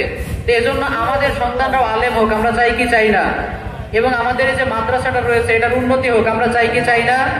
এই একটু বসেন, আমরা দোয়া করে বিদায় নেবো ইনশাআল্লাহ। তা আমরা একটু খুশি খুশি যে যতটুকু পারি, আপনারা আগেও দিয়েছেন, অনেকে প্রধান বক্তার হাতে দিতে চায়, আমি আপনাদের সবার জন্য দোয়া করবো ইনশাআল্লাহ। আমি মুসাফির মানুষ, মুসাফিরের দোয়া আল্লাহ ফিরিয়ে দেয় না। যার যতটুকু সামর্থ্য আছে আমরা দান করবো ইনশাআল্লাহ। রইস দোকানদার ভাই 1000 টাকা দান করেছেন, আলহামদুলিল্লাহ বলেন। আল্লাহ যেন তার জানে মালে বরকত দান করেন। আল্লাহ যেন এই টাকার বিনিময়ে, এই দানের বিনিময়ে তাকে জান্নাতুল ফেরদাউসের মালিক বানিয়ে দেন। আমরা সবাই পড়ি আমিন। আরেকজন ভাই 100 টাকা দান করে